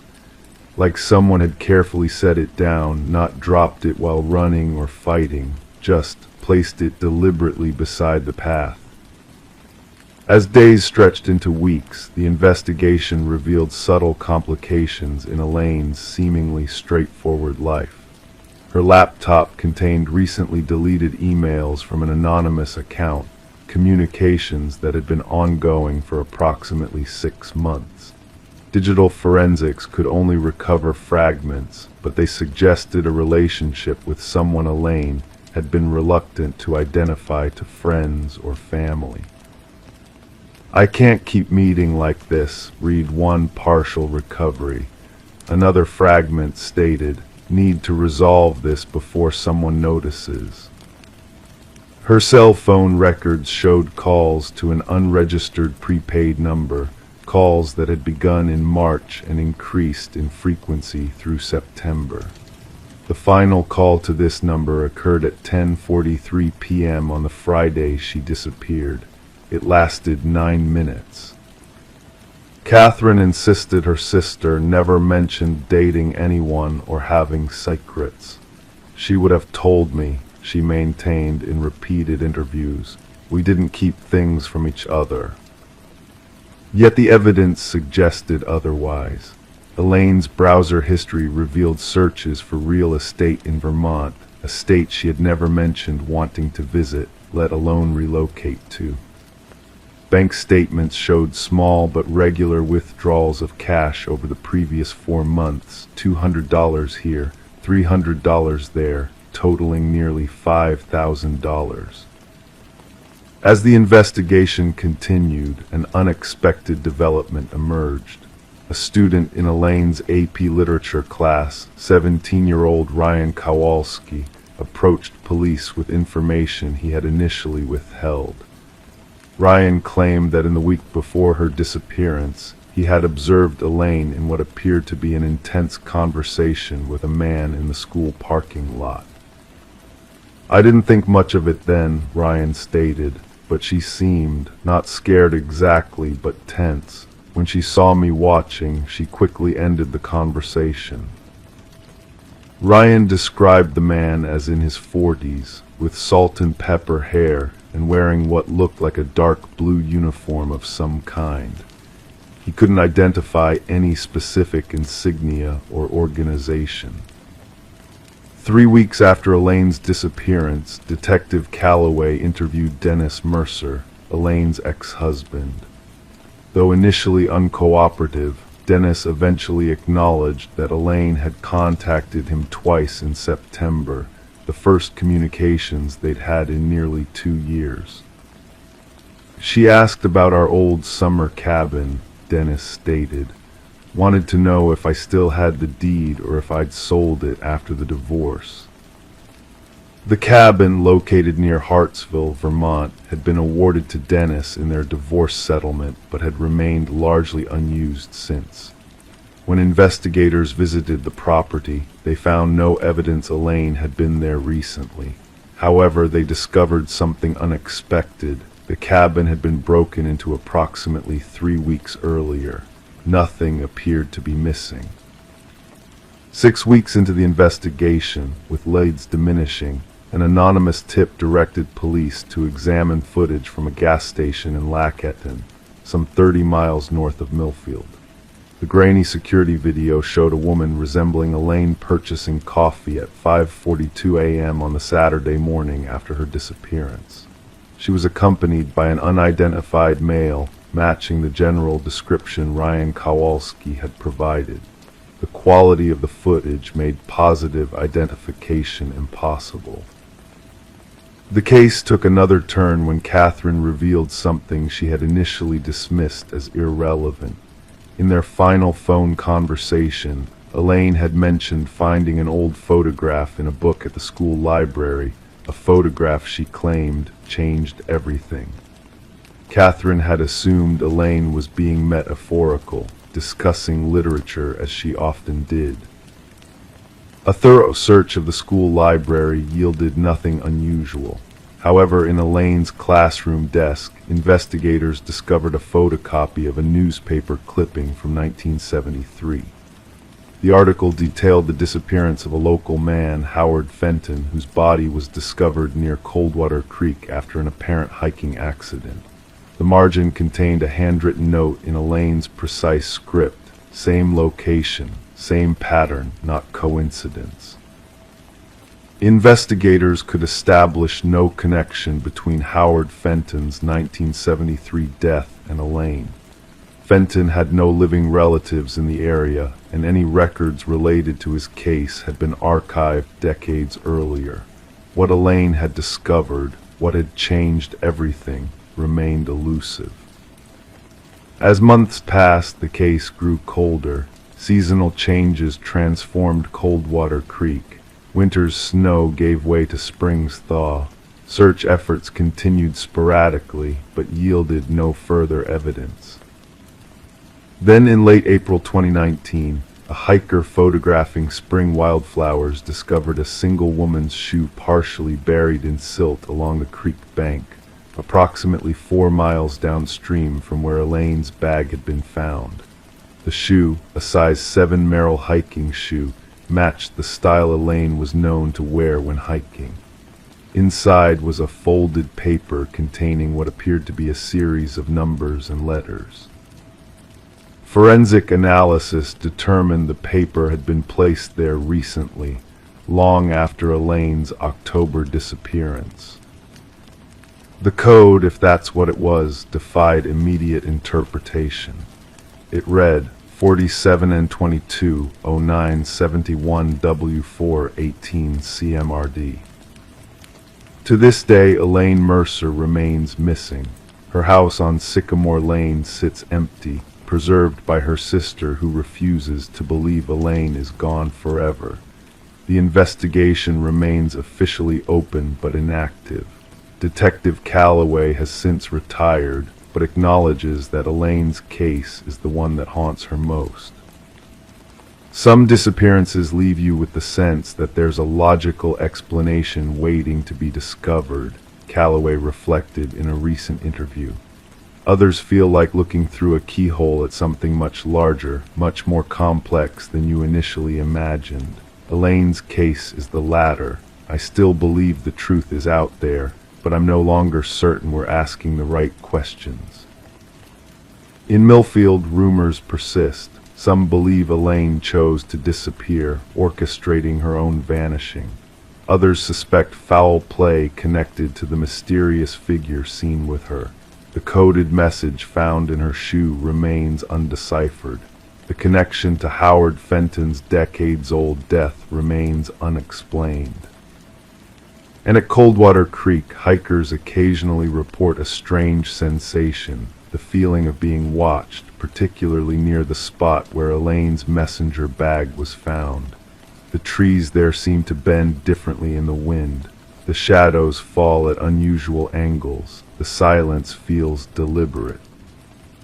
What happened to Elaine Mercer? The question echoes through Millfield still, a reminder that even the most ordinary lives can harbor extraordinary mysteries, and that sometimes the most disturbing disappearances are those that leave behind not too little evidence, but too much, fragments of a puzzle whose complete picture remains just beyond our grasp. Crime 8 lodged deep in the padding, folded tight between layers of foam. A black and white photo, blurry, grainy, old. It showed someone sleeping in that same bed, wearing the same pajamas the homeowner had just put on. The background of the photo matched the room exactly except for one shadow in the corner. Marion Cook had lived in the modest two-bedroom house on Spruce Avenue for nearly 30 years. A retired elementary school librarian, she was known throughout the neighborhood of Oakwood, Pennsylvania, for her methodical habits and quiet demeanor.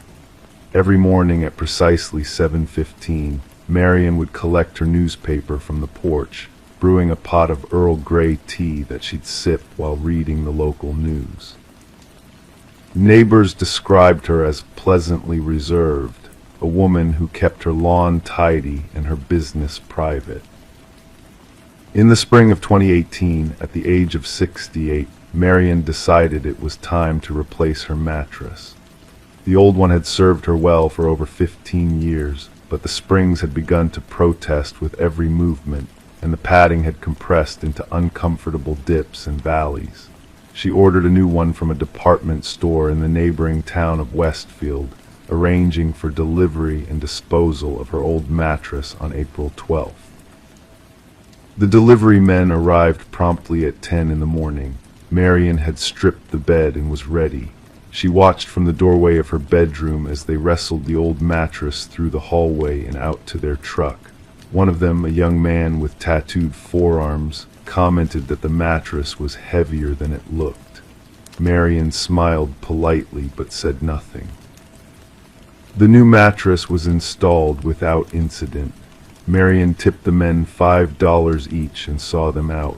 That evening she made her bed with fresh linens, pleased with the firm support of her new purchase. She slept soundly that night, unaware that 30 miles away, the old mattress was being processed at a recycling facility. It was there at Greenway Recycling that Darren Wilson made the discovery. A 19-year-old college dropout who had been working at the facility for just 3 months, Darren was responsible for cutting open mattresses to separate the recyclable components. As his box cutter sliced through the fabric and into the padding of Marion's discarded mattress, something unusual caught his eye, a small square of paper, yellowed at the edges. Curious, Darren extracted it from the foam.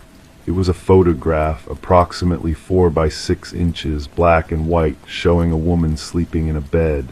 The image was grainy, as if taken from a distance or with poor equipment. Darren might have simply discarded it, assuming it had somehow fallen into the mattress during manufacturing, but something about the picture disturbed him. The woman appeared to be middle-aged, her face partially obscured by shadow, but what struck Darren was the composition of the photo.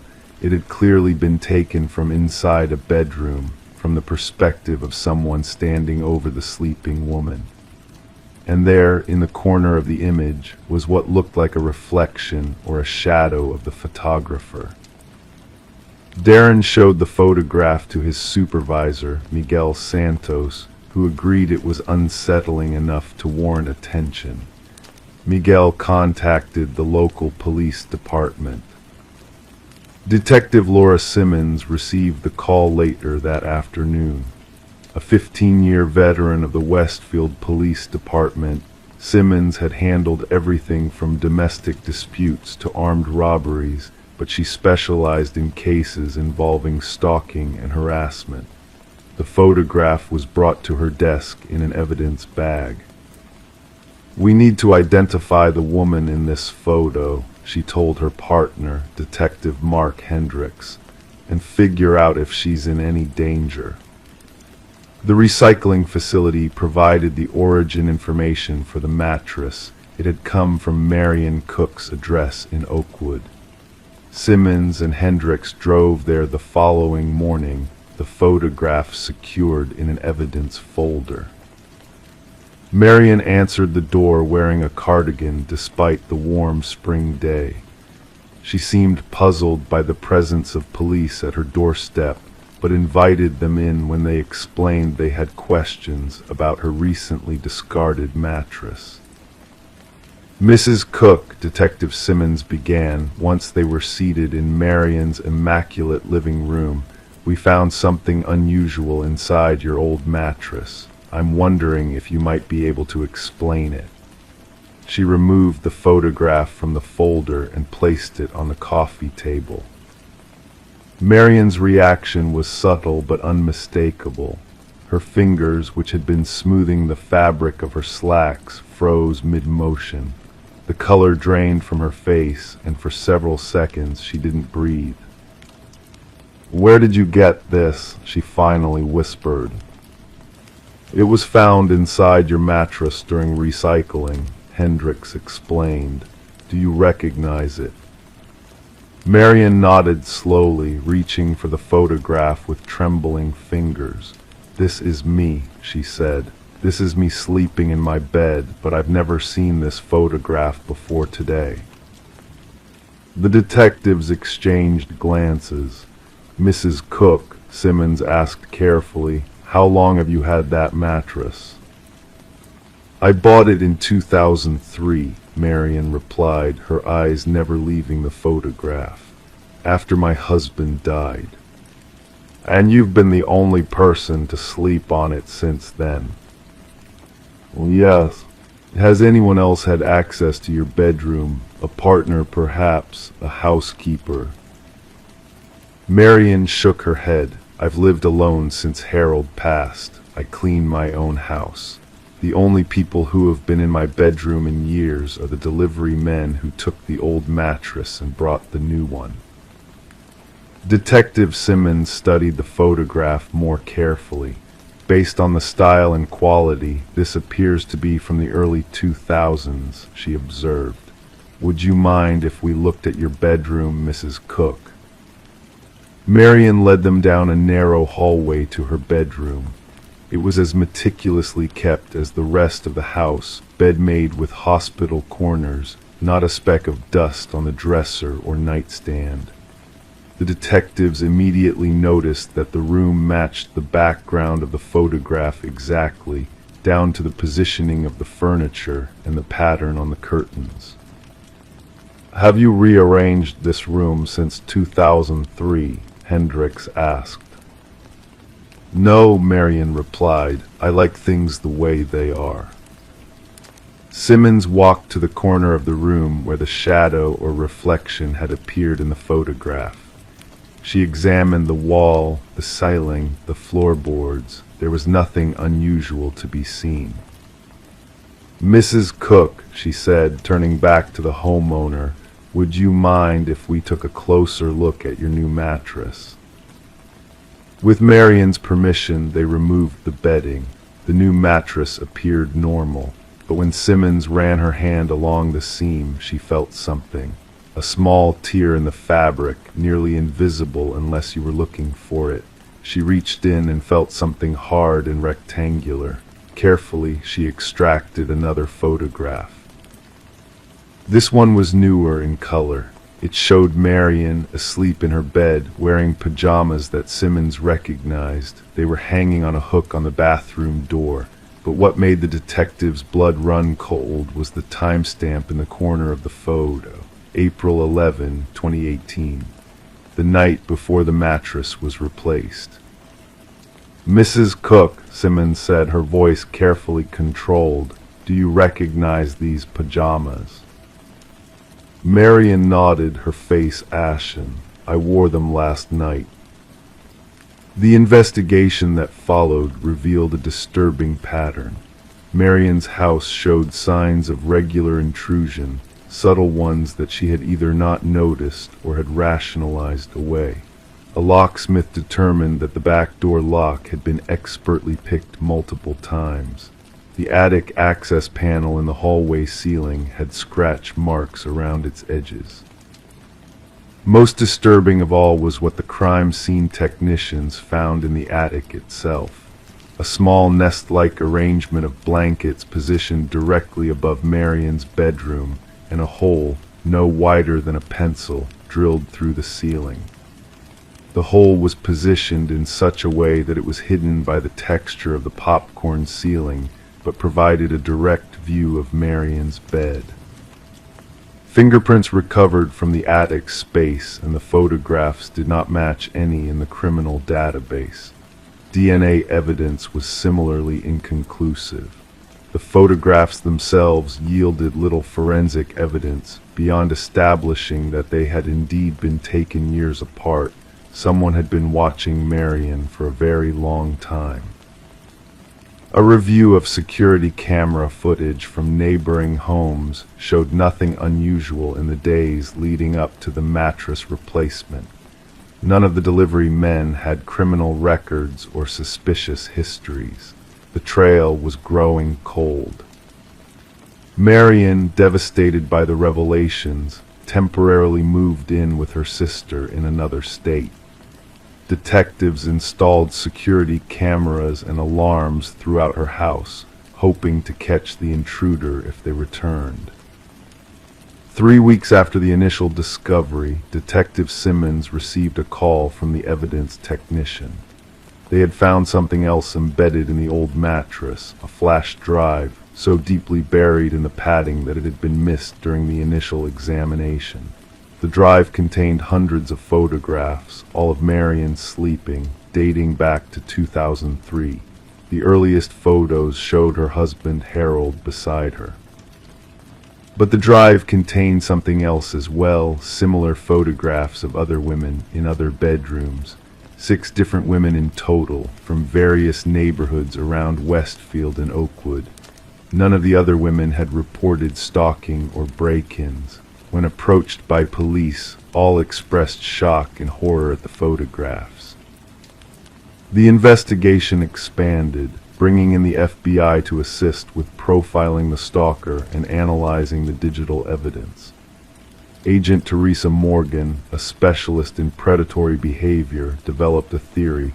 This individual is patient, methodical, and derives satisfaction not from direct interaction with his victims, but from the secret knowledge that he can access their most private spaces without detection. The insertion of the photographs into the mattresses suggests he wants to be physically close to his victims even when he's not present. It's a form of possession. In June 2018, a breakthrough came from an unexpected source. A local HVAC technician named Paul Mercer was arrested for an unrelated breaking and entering charge.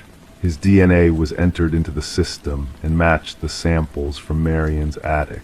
A search of Mercer's home revealed a hidden room containing computer equipment, cameras, and wall-sized photographs of all 7 known victims. Mercer, 47, had worked for a company that serviced homes throughout the county. Records showed he had performed maintenance at each victim's residence at some point between 2001 and 2015. In each case, he had apparently created a way to access the home undetected and had been making regular nighttime visits for years. What compelled him to place the photographs in Marion's mattress remains unclear. During interrogation, Mercer would only say, "She was my favorite. I wanted to sleep with her." Marion Cook never returned to her house on Spruce Avenue. It was sold, the proceeds used to finance her relocation to an undisclosed location. The other victims similarly sought new beginnings, their sense of safety and privacy irreparably damaged. Detective Simmons sometimes drives past the house on Spruce Avenue, now occupied by a young family with children. She wonders if they know the history of their home, if they've found any hidden access points or unexplained photographs. She wonders if they check their mattresses before they sleep. And sometimes, in her own bedroom, in the quiet hours before dawn, she finds herself staring at the ceiling, searching for tiny holes that shouldn't be there. Crime 9, he only ever used 3, hammer, wrench, pliers, but one morning he opened the box and found more: scalpels, needles, bone saws, all spotless and arranged perfectly. Tucked beneath the tray was a blood-stained cloth and a note that read, "Thanks for keeping them safe." Arthur Mercer had lived in the small town of Pinewood, Oregon for all of his 57 years. The kind of man who wore the same flannel shirt every Tuesday, Arthur was known for his meticulous habits and reserved demeanor. His neighbors described him as forgettable in the most reliable way. He mowed his lawn every Saturday at 10 a.m., dropped off homemade bread at the local shelter on Sundays, and walked his aging golden retriever, Cooper, precisely at dawn and dusk. Arthur's wife had passed 7 years earlier, breast cancer that moved too quickly for treatment, leaving him alone in the modest two-bedroom house they had purchased together in 1994. Their only daughter, Eliza, lived 3 states away with her husband and twin boys. She called every other Sunday, visits reserved for major holidays and birthdays. Before retirement, Arthur had worked as a maintenance supervisor at Pinewood High School, fixing everything from leaky faucets to broken cabinet hinges. His toolbox, a heavy metal case with rust forming at the corners, had been a retirement gift from his colleagues, engraved with his name and years of service. Inside were the tools he used most: a hammer with a worn wooden handle, an adjustable wrench that sometimes stuck, and needle-nose pliers for the delicate work. It was an unseasonably warm October morning when Arthur's routine was disrupted. Cooper's arthritis was acting up, so their morning walk had been shorter than usual. Arthur had just settled into his garage workspace, ready to repair a broken picture frame for Mrs. Henderson next door. The toolbox sat on his workbench, exactly where he had left it the previous evening. When he opened it, Arthur's breath caught in his throat. The familiar arrangement of his tools had been altered. Nestled alongside his hammer, wrench, and pliers were items he had never seen before: surgical instruments meticulously clean and organized, 3 scalpels of varying sizes, a set of medical-grade needles, a small bone saw with fine teeth, and several other instruments Arthur couldn't name but recognized from medical shows on television. His trembling fingers discovered the cloth first, folded with military precision beneath the removable tray that held the new tools. The dark brownish-red stains had dried long ago, but Arthur recognized blood when he saw it. The note was written on expensive stationery, the penmanship elegant and precise: "Thanks for keeping them safe."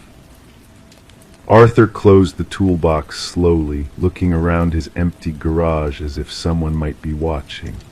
His first thought was of his daughter, perhaps a misguided prank, but Eliza had always been sensitive, jumping at horror movies and turning away from even mild violence. This wasn't her style.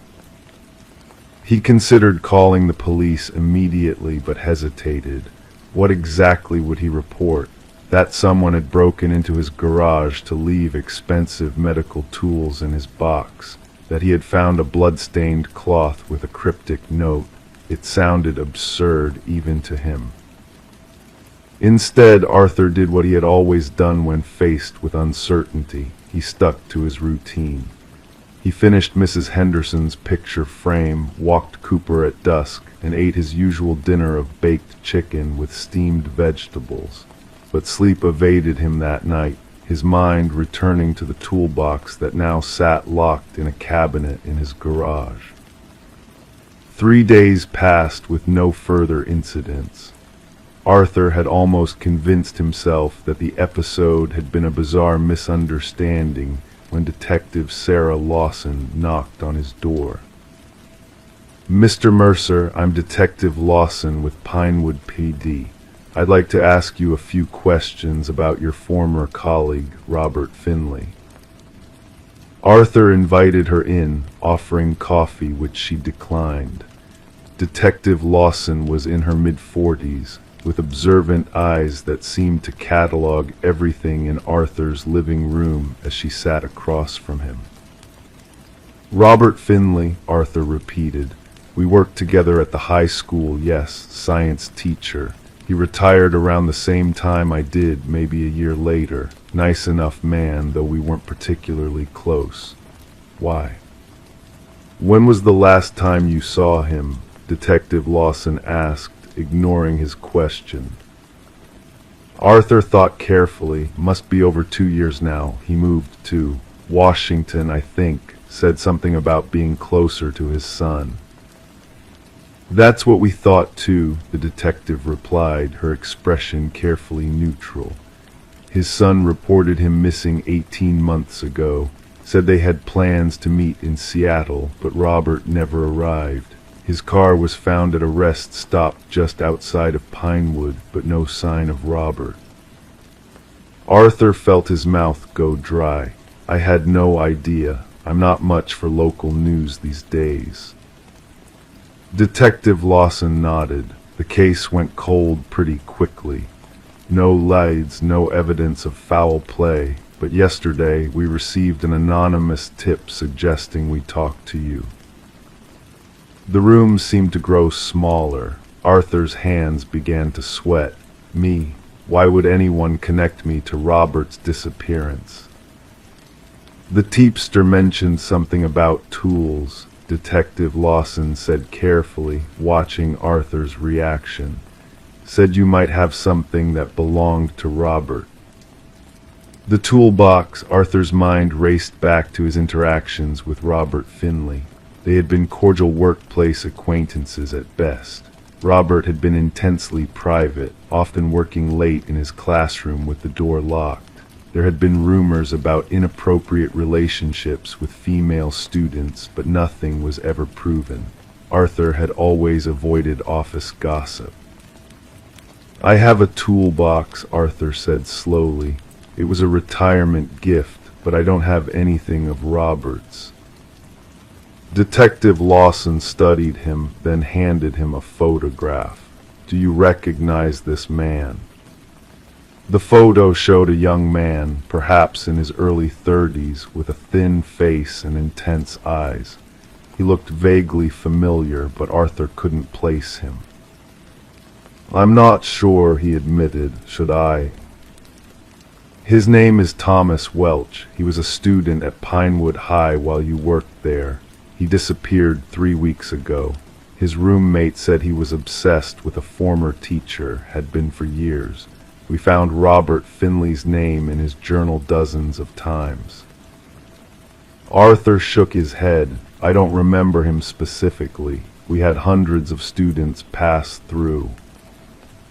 After Detective Lawson left, extracting a promise from Arthur to call if he remembered anything about either Robert or Thomas, Arthur sat motionless in his living room for nearly an hour. Cooper whined at his feet, sensing his distress. That evening, Arthur broke his routine. Instead of his usual television program, he sat in his garage staring at the locked cabinet that held the toolbox. When he finally worked up the courage to open it again, he found the toolbox exactly as he had left it, with the strange surgical instruments still nestled next to his familiar tools. He carefully lifted the tray, half expecting the blood-stained cloth to have disappeared. It was still there, but something caught his eye. The cloth had shifted slightly, revealing the corner of what appeared to be a photograph. With trembling fingers, Arthur extracted it. The photo showed Robert Finley standing in what looked like a basement, tools hanging on the wall behind him. He was smiling, but something about his expression made Arthur's skin crawl. And there, partially visible at the edge of the frame, was Arthur's toolbox. The next morning, Arthur called Detective Lawson. When she arrived, he wordlessly led her to the garage and opened the toolbox. Her expression remained professional, but he noticed how she immediately pulled out her phone to call for backup and evidence technicians. As the police searched his property, Arthur sat on his front porch with Cooper beside him. The neighbors had gathered, watching with curious expressions as officers carried bags of evidence from his garage. Mrs. Henderson approached him once, but seemed to think better of it and retreated to her yard. "We found a hidden compartment in your garage wall," Detective Lawson told him later. Inside were identification documents belonging to 3 individuals who have disappeared over the past 5 years. Robert Finley's driver's license was among them. "I've lived in this house for decades," Arthur protested weakly. "That compartment, I had no idea it existed." "The house was built in 1962, Detective Lawson said. "The compartment appears to be original to the structure, but it was recently accessed. There were fresh tool marks on the edges." Arthur's mind raced back to Robert Finley. Had he known about the compartment somehow? Had Thomas Welch? Or was there someone else? Someone who had decided to involve Arthur in whatever sinister game they were playing? 2 days later, Thomas Welch's body was discovered in an abandoned building near the high school. The coroner's report would later confirm that the surgical instruments found in Arthur's toolbox matched the precise, methodical wounds on the victim's body. Arthur sat in his living room, staring at the phone. He should call Eliza, warn her that something terrible was happening, that he might be implicated in crimes he didn't commit. But what would he say? How could he explain any of this? As night fell over Pinewood, Arthur realized his garage light was on, a light he was certain he had turned off. Through the window, he could see a figure standing at his workbench, head bent over something. Arthur's heart pounded as he recognized the silhouette. It was familiar in a way that made his blood run cold. This wasn't over, it was only beginning. And somewhere in the back of his mind, a voice whispered a terrible question. What if he wasn't just keeping the tools safe? What if, somehow, he had always been meant to use them? Story 10. The dwelling had sat deserted for an eternity, it seemed. Whispers among the neighbors spoke of its abandonment since the day the young woman vanished without a trace. When the new occupants ventured in, they encountered a peculiar sight: the bedroom door stubbornly locked from within. With effort they forced it open, unveiling a realm shrouded in neglect, the air thick with the weight of time. Yet amidst the dust-laden ambience, an unsettling peculiarity lingered. The bed stood neatly made, the mirror devoid of smudges. A lone candle, now a mere puddle of wax, bore witness to time's relentless march. And there upon the desk lay a notebook, its pages adorned with fresh ink. The final entry, dated the eve of her disappearance, sent shivers down their spines. Detective Morgan delved into the notebook's contents while forensic experts combed the room for elusive clues. The meticulous script belonged to Elise Winters, a young soul of 26 who had been reported missing by her grieving parents nearly half a decade ago. Her words cascaded across the pages with precision and grace, save for the last entry, a poignant declaration etched with fervor. "I sense his eyes upon me tonight," the final words echoed. "The same car orbits like a vulture. My cries for aid fall on deaf ears. If fate intervenes, know that chance played no part." Closing the tome, the detective secured it within an evidence pouch, enveloping the room in a cloak of eerie silence mingled with a subtle chemical tang. The landlord hovered in the doorway, a ghostly figure with pallid features and crossed arms. "We scoured every nook ere listing it for rent," he muttered, his voice tinged with unease. "That door was never locked." Elise had been a paralegal at the esteemed firm of Harriman and Associates, immersed in intricate legal matters of corporate magnitude. Colleagues painted a portrait of a diligent, withdrawn soul who unraveled a web of deceit in the weeks leading to her vanishing.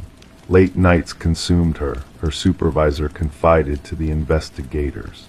She stumbled upon discrepancies within the Westridge acquisition files, numbers manipulated, documents aged before their time. The detective scrutinized photographs of Elise auburn tresses framing somber eyes, an aura of professionalism enveloping her being. The woman captured in those frames seemed too methodical to vanish spontaneously, too composed to depart without a trace. The bedroom divulged scant clues, devoid of struggle or bloodshed, frozen in a snapshot of time, as if Elise had momentarily stepped out, destined to return. The candle's residue left behind a tale untold, its unscented essence cloaked in shadows. "What revelations have you unearthed?" queried Morgan, locking gazes with the lead forensic examiner.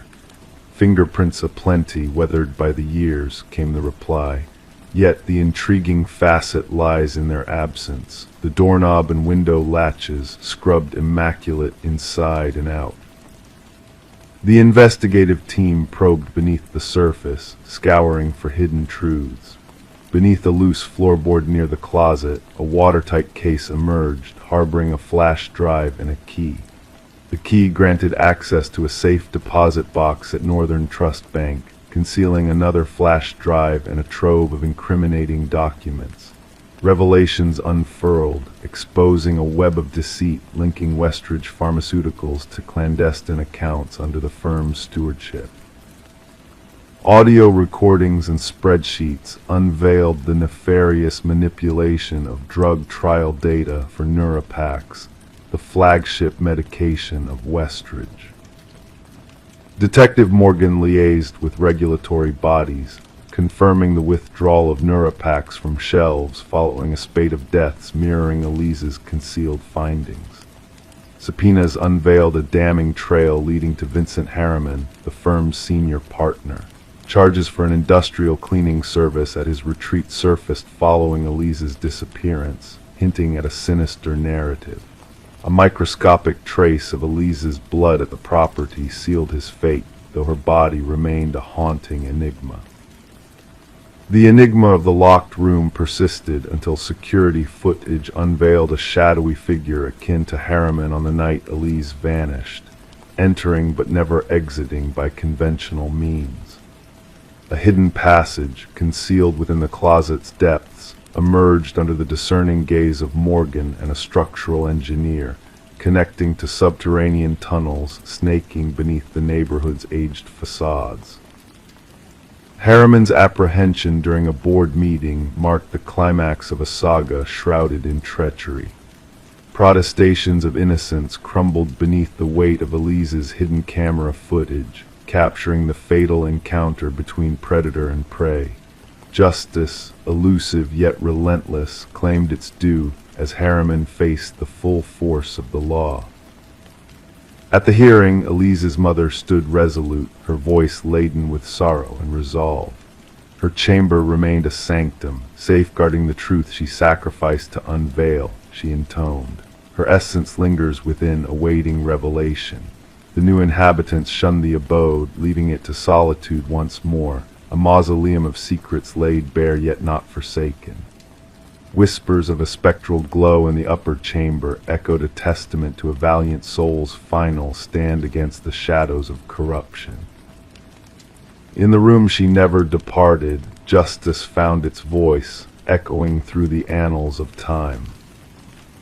Story 11. The aged apartment held its secrets with pipes that moaned and floorboards that whispered tales of the past. But the new tenant, a young woman named Sarah, sensed a presence beyond the ordinary. The footsteps she heard were too precise, too deliberate, echoing from above in a haunting rhythm. Curiously, Sarah lived on the very top floor, yet the sound of footsteps persisted, slow and steady, as if tracing invisible paths in the darkness. One fateful night, Sarah summoned the courage to tap the ceiling with a broomstick, seeking to unravel the mystery. The sound ceased abruptly, plunging the room into a heavy silence. Then, a single knock reverberated from within the ceiling itself, sending shivers down Sarah's spine. Despite the unnerving occurrences, Sarah chose to keep the strange incidents to herself, attributing them to the settling of the old building or perhaps a misplaced creature roaming the hidden spaces above. Night after night, the methodical footsteps persisted, a ghostly presence that haunted her sanctuary.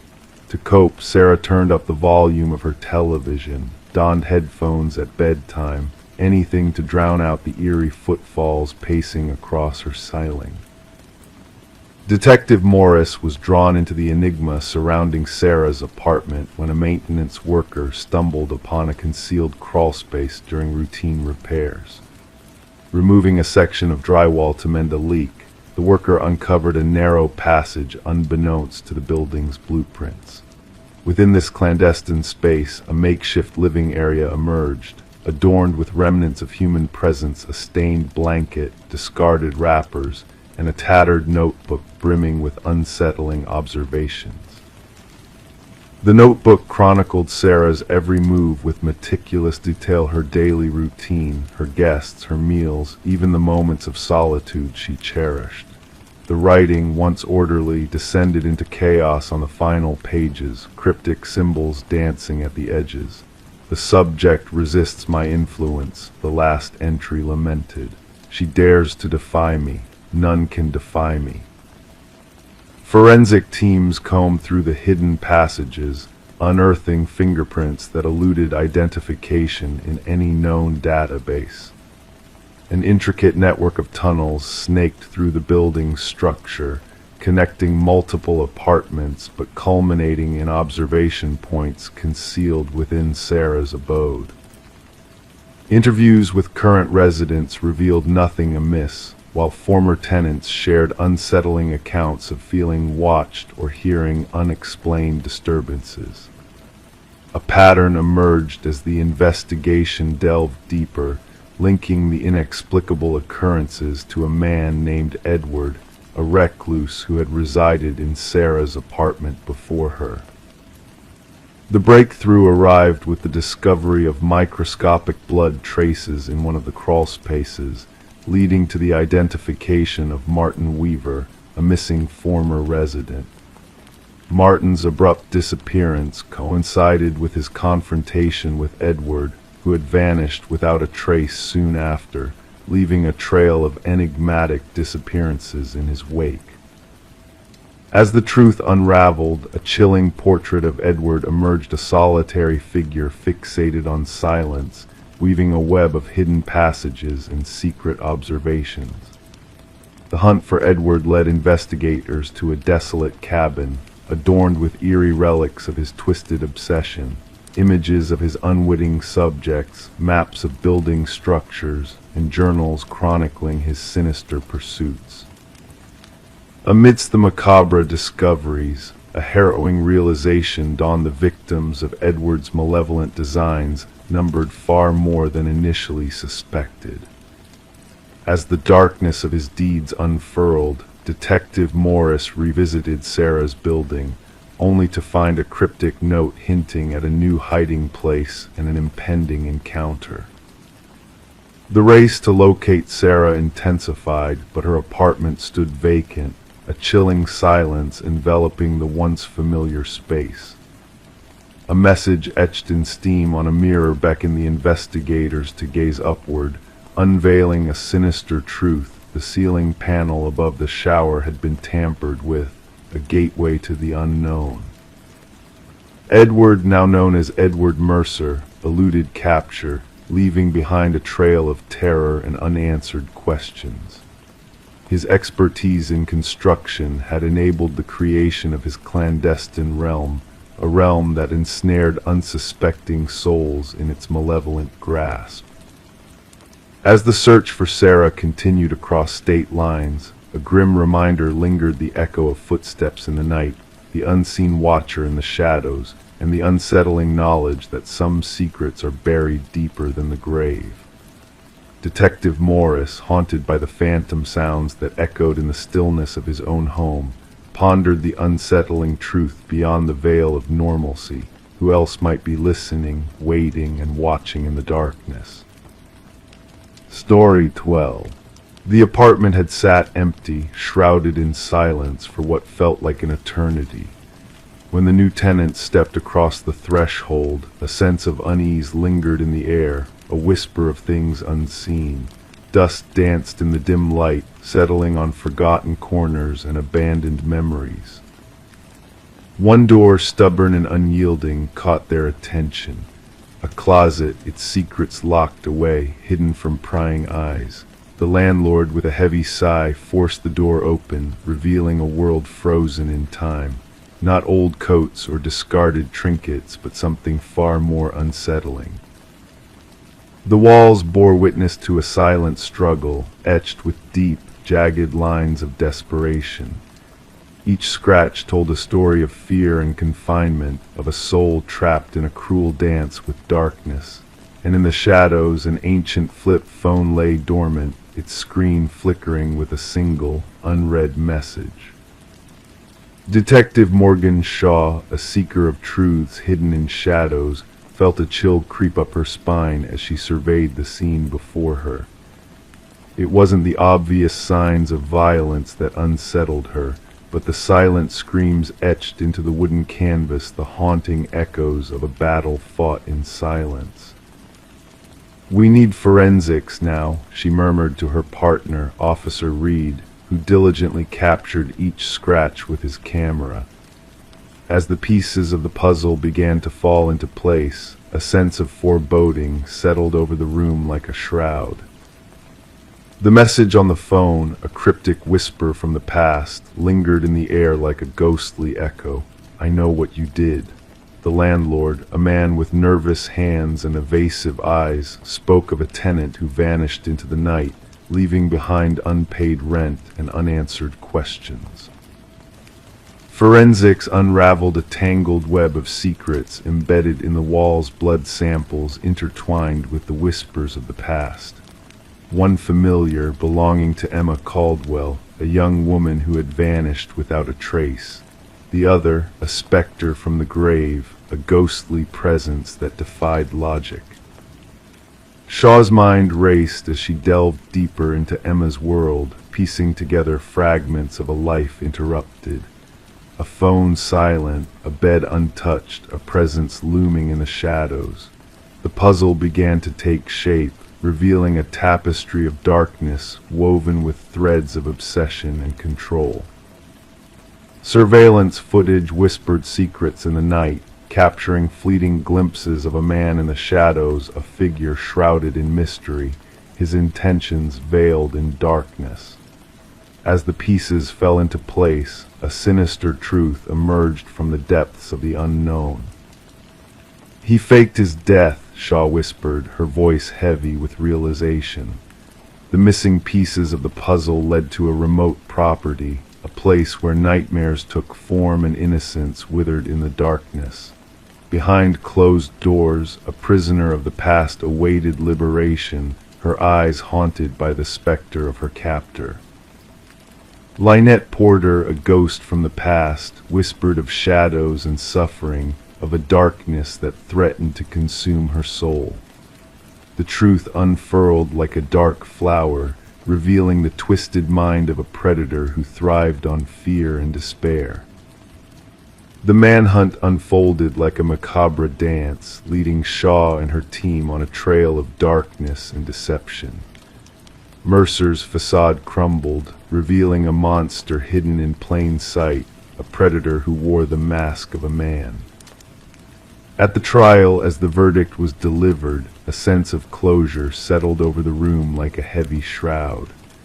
Mercer's smile, a chilling echo of his twisted logic, sent shivers down the spines of those who bore witness to his downfall. As the judge pronounced the sentence, a ripple of finality echoed through the room, a whisper of justice served. And in the shadows where darkness once reigned, a sliver of light pierced through, illuminating the path to redemption. The closet door, a silent sentinel of past horrors, hung in Shaw's office, a reminder of the fragile line between darkness and light, between despair and hope. And as she gazed upon its weathered surface, she knew that some mysteries were meant to be uncovered, some secrets destined to be brought into the light. Story 13, The Enigmatic Reflection. She swiped away the mist, gazing at her reflection in the mirror. Everything seemed normal, her face, her attire. Yet a sense of unease crept in. A flicker caught in the corner of her eye, a movement not of her own making. When she turned away, her reflection remained motionless, watching. Thus began the enigma of Rebecca Thorne, unfolding in the quiet shadows of her bathroom, setting the stage for a mystery that would baffle investigators and haunt a community for years to come. Rebecca resided in a modest apartment nestled in a serene suburban enclave, her solitary existence veiled in routine and precision. Known for her methodical nature and reserved demeanor, she dwelled in a world of solitude, cordial with neighbors yet distant. A data analyst by profession, her days blurred into one another, defined by order and predictability.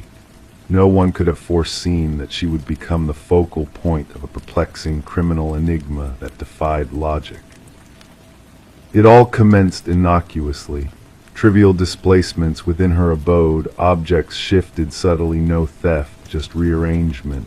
A coffee mug on a different shelf, books shuffled, her toothbrush out of place. She attributed these peculiarities to fatigue, the consequence of prolonged hours spent poring over spreadsheets under harsh fluorescent glare. When Rebecca finally reached out to the authorities after enduring weeks of disturbances, Detective Marion Shaw received the initial report, a seemingly trivial matter, leaning more towards mental health concerns than criminal activity. The enigma deepened when the bathroom mirror incident unfolded. During her subsequent interaction with the police, Rebecca recounted in vivid detail how her reflection appeared to move independently, a silent watcher even in solitude.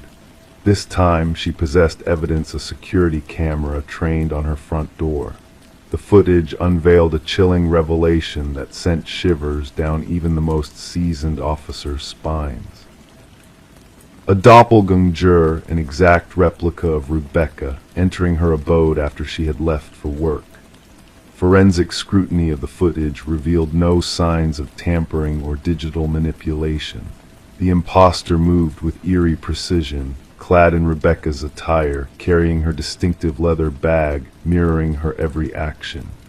Yet during the same time frame, the authentic Rebecca had already swiped her way into her office across town. "We're facing a doppelganger scenario," Detective Shaw informed her superiors, unraveling a web of intricate deceit. As the investigation delved deeper, fingerprints within Rebecca's residence bespoke only her presence. No alien DNA surfaced. Neighbors reported mundane sightings of Rebecca going about her routine. Mrs. Keller mentioned an unreciprocated greeting from Rebecca, a peculiar incident that raised no alarms. Rebecca, besieged by escalating anomalies, meticulously documented each disturbance, a meticulous catalog of surreal intrusions into her life. The breakthrough materialized when a discernible pattern emerged from the surveillance footage. The doppelganger only infiltrated during Rebecca's absence for specific engagements, therapy sessions, yoga classes, Sunday morning grocery errands. A meticulously crafted surveillance of her routine, a targeted infiltration into her existence. A forensic psychologist posited a fixation hypothesis, a deranged individual fixated on assuming Rebecca's identity, an unsettling obsession documented in psychological annals. The puzzle unraveled further with the mention of a former colleague, Lily Winters, terminated for erratic behavior. Lily's fixation on Rebecca manifested in disturbing emails and culminated in a chilling revelation upon a search of her residence, a shrine dedicated to Rebecca, a meticulous replication of her life. Photographs adorned the walls, a wardrobe mirroring Rebecca's attire, makeup tailored to her preferences, and videos capturing the evolution of Lily's imitation, each iteration inching closer to perfection. Rebecca, confronted with the stark evidence, realized the gravity of the situation. Lily wasn't merely mimicking her, she was erasing her existence, seeking to supplant her entirely. Lily's departure prior to her apprehension left a haunting void, a nationwide manhunt yielding no trace. Rebecca, ensconced in protective custody, observed a spectral echo of herself infiltrating her former workplace, assuming her identity with chilling precision. The unresolved enigma lingers, a specter of uncertainty haunting the shadows. Lily Winters remains at large, Rebecca Thorne forging a new identity in the obscurity of anonymity. Detective Shaw, guardian of their intertwined fates, scrutinizes a photograph of two eerily similar women, a reminder of the fragility of identity. The true horror, she imparts to her protégés, lies not in imitation, but in the relentless pursuit of erasure. Identity, a fragile tapestry we safeguard, vulnerable to those who covet it beyond reason. In the face of theft, we grasp its worth. 314. The village always skirted around the house on the edge of the woods. It stood solitary, its windows veiled in darkness, its porch bowing under the weight of time. No one laid claim to it. No one could recall its origins. Yet when a band of wanderers strayed too near, they stumbled upon an enigma names etched into the wooden siding, carved deep like omens. At the end of the list, crisp and untouched, was a name unfamiliar to all, until a whisper quivered through the group, "That's mine." The call arrived under the cloak of night. Dispatch logged it as a routine trespassing complaint. The voice on the line belonged to Mason Wright, the leader of the group, who stumbled upon his name etched into the forsaken dwelling. The responding officers anticipated mere mischief, a prank amongst companions. However, what awaited them defied logic. Detective Sarah Keller arrived as nightfall draped the forest in shadows. Her flashlight's beam pierced the darkness, revealing the aged visage of the structure. The names, 27 in total, marched vertically down the eastern wall. Some had faded with time, nearly vanishing against the weathered wood. Others remained sharp, as though freshly carved. And at the base, Mason Wright, the incision still bearing traces of new sawdust. "I've never set foot here before," Mason asserted, his words swirling into mist in the frigid air. "I can't fathom how anyone would know my name." The inquiry commenced with background checks on each name inscribed. The findings sent shivers down the spines of the detective team. Each name belonged to an individual reported missing over the past 4 decades. Some cases had turned cold. Others remained active, yet all shared a chilling commonality: the individuals vanished while hiking solo. Forensic experts photographed each carving, documenting the varying depths, techniques, and weathered patterns. The eldest name, Rebecca Hansen, aligned with a missing persons case from 37 years prior. The records recounted a young woman who ventured into these woods and never returned. Search parties unearthed naught but a lone hiking boot beside a stream. Detective Keller delved into Mason's background extensively. His narrative held steady.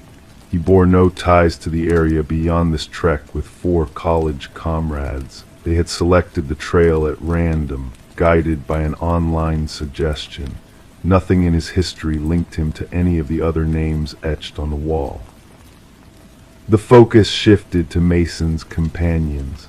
Emily Chen, the group's photographer, furnished images captured during their hike. Upon scrutinizing the photographs, analysts spied something unsettling: a blurred figure lurking in the backdrop of 3 separate shots. The silhouette resembled a tall, slender man, perpetually obscured by trees. "We never encountered another soul on the trail," Emily declared. "We'd have remembered." Detective Keller sanctioned a search of the house's interior. The edifice appeared deserted, dust cloaked every surface, furniture lay fractured and scattered. Yet in the cellar, officers unearthed a disturbing tableau. Personal effects belonging to the missing hikers sat arranged neatly on wooden shelves. Watches, backpacks, cameras, wallets, each tagged with a name matching those outside on the wall. Technicians meticulously catalogued every item. Beneath ultraviolet light, bloodstains materialized on the concrete floor, years of marks someone had endeavored to cleanse.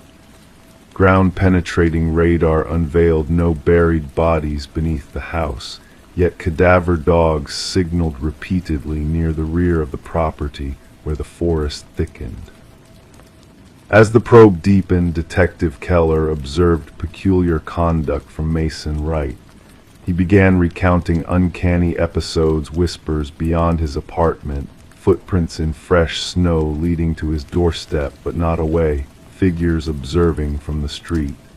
The department stationed an officer for his protection, yet Mason spiraled into paranoia. The breakthrough materialized when researchers stumbled upon land deeds concealed in county archives. The house had been owned by a recluse hunter named Victor Blackwood. Neighbors seldom glimpsed him, recounting brief encounters with an unnaturally tall, gaunt man who shunned discourse. Blackwood vanished without a trace 15 years back, his disappearance left uninvestigated. Detective Keller secured a warrant to delve deeper into the adjoining forest. The search party unearthed an array of rudimentary hunting blinds, strategically situated along well-trodden hiking trails. Within one blind, they unearthed a journal detailing meticulous observations, portraits of hikers, their paths, gear, and routines. The script mirrored samples from Victor Blackwood's scant existing documents. The journal entries warped over time. Early pages delineated hunting tactics for fauna. Later entries depicted humans as quarry their behaviors, weaknesses, and strategies for their acquisition. The closing pages held intricate accounts of stalking each victim on the wall, encompassing elaborate schemes on how he singled out his prey. The manhunt for Blackwood mobilized across multiple jurisdictions. Helicopters armed with thermal imaging surveyed the forest. Tactical units combed every crevice and cavern, yet the suspect remained elusive. Mason Wright ceased answering calls. Officers dispatched to his residence found the door ajar, the rooms deserted. On his bedroom wall, Freschel. Story 15. She yearned to freshen up the nursery before the little one's arrival. The walls, once a soft, worn blue, held untold tales within their faded layers. As she swathed on the initial coat of white paint, a hidden secret emerged from beneath the faint outlines of letters, gradually sharpening into clear, readable words, a message etched beneath the surface. Don't let it hear you. Her breath hitched in her throat. Stepping back, her eyes caught sight of it, tiny handprints imprinted in the fresh paint, positioned too high for any child to reach. The revelation within the nursery of the Morgan residence marked the genesis of what would later be known as the Whispering House case.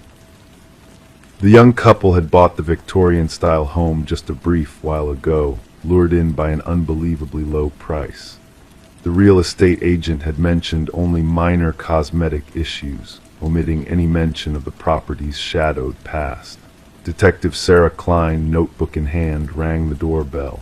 A woman opened, her pregnant belly emphasized by paint-splattered overalls. Weariness clung to her, evident in the dark circles beneath her eyes. It seemed she had not known rest in days. The detective observed the tremble in her hands as she recounted discovering the cryptic message and the eerie handprints. The former owners vanished abruptly, the woman explained. Neighbors claimed they departed in the dead of night. No moving van, just a car packed with essentials. Detective Klein strode through the aged home, the floors groaning beneath her weight. Standing in the nursery, she scrutinized the half-painted wall. The message still lingered where the fresh paint had been deserted. Beside it, 5 small handprints imprinted in the wet paint, situated at an adult's shoulder level. Back at the precinct, Detective Klein delved into the property records.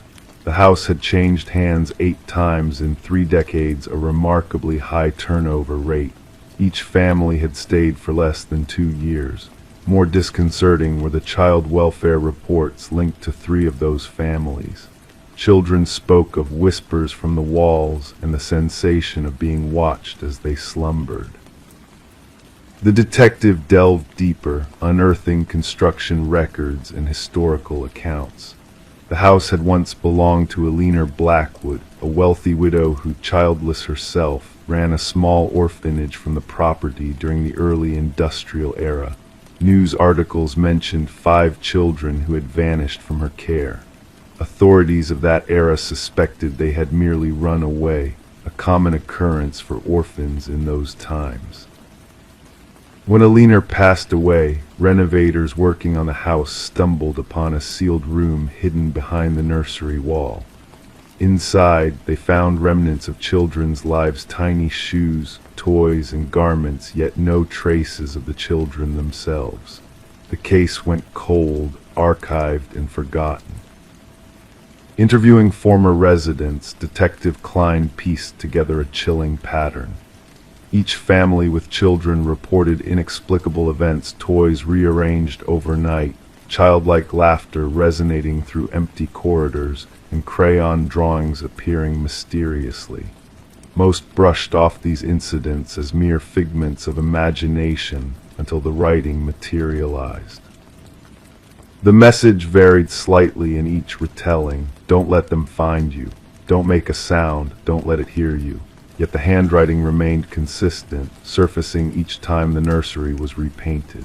A linguistic expert scrutinized photographs of the writing, linking it to samples from Eleanor Blackwood's personal journals. More unsettling were the handprints uniform in size and placement over the years, despite different children occupying the home. The investigation took a grim turn when the detective convinced the current owners to permit ground-penetrating radar in the basement. The technician identified anomalies in the readings, 5 distinct shapes under the concrete floor, each resembling a child's form. Breaking through the concrete, they unearthed a harrowing truth. 5 small sets of remains, arranged in a circle. Forensic analysis indicated the children had perished during Eleanor's tenure in the house. Each child still wore a pendant engraved with their name, the 5 orphans who were believed to have fled. Luminol was sprayed throughout the nursery on the detective's orders. In the darkness, handprints glowed on every wall, concealed beneath layers of paint, invisible to the naked eye. Countless handprints at varying heights, as though the children had strived to climb out. Eleanor's journals, salvaged from county archives, unveiled her twisted rationale. She believed orphaned children possessed a unique spiritual energy. By confining them in the hidden room, she sought to siphon their life force to prolong her own existence. The children had etched their warnings into the walls with nails and bits of metal, hoping that future inhabitants would uncover their tragic fate. The case concluded with a proper burial for the 5 victims, finally recognized not as runaways but as casualties of murder. The house stood deserted thereafter, the expectant couple refusing to set foot inside even to retrieve their possessions. Detective Klein submitted her final report, enclosing photographs of the luminol illuminated handprints and the concealed message. She noted that while justice had been served for the original victims, an unexplainable presence lingered in that house, something that transcended layers of paint and time. The nursery walls were demolished during the remediation process, yet workers reported hearing whispers of children emanating from the debris. Each one declined to return once their shift ended. The house was eventually condemned, another unsolved case consigned to a dusty archive, a tangible symbol of closure, yet with spiritual enigmas that would forever remain unanswered.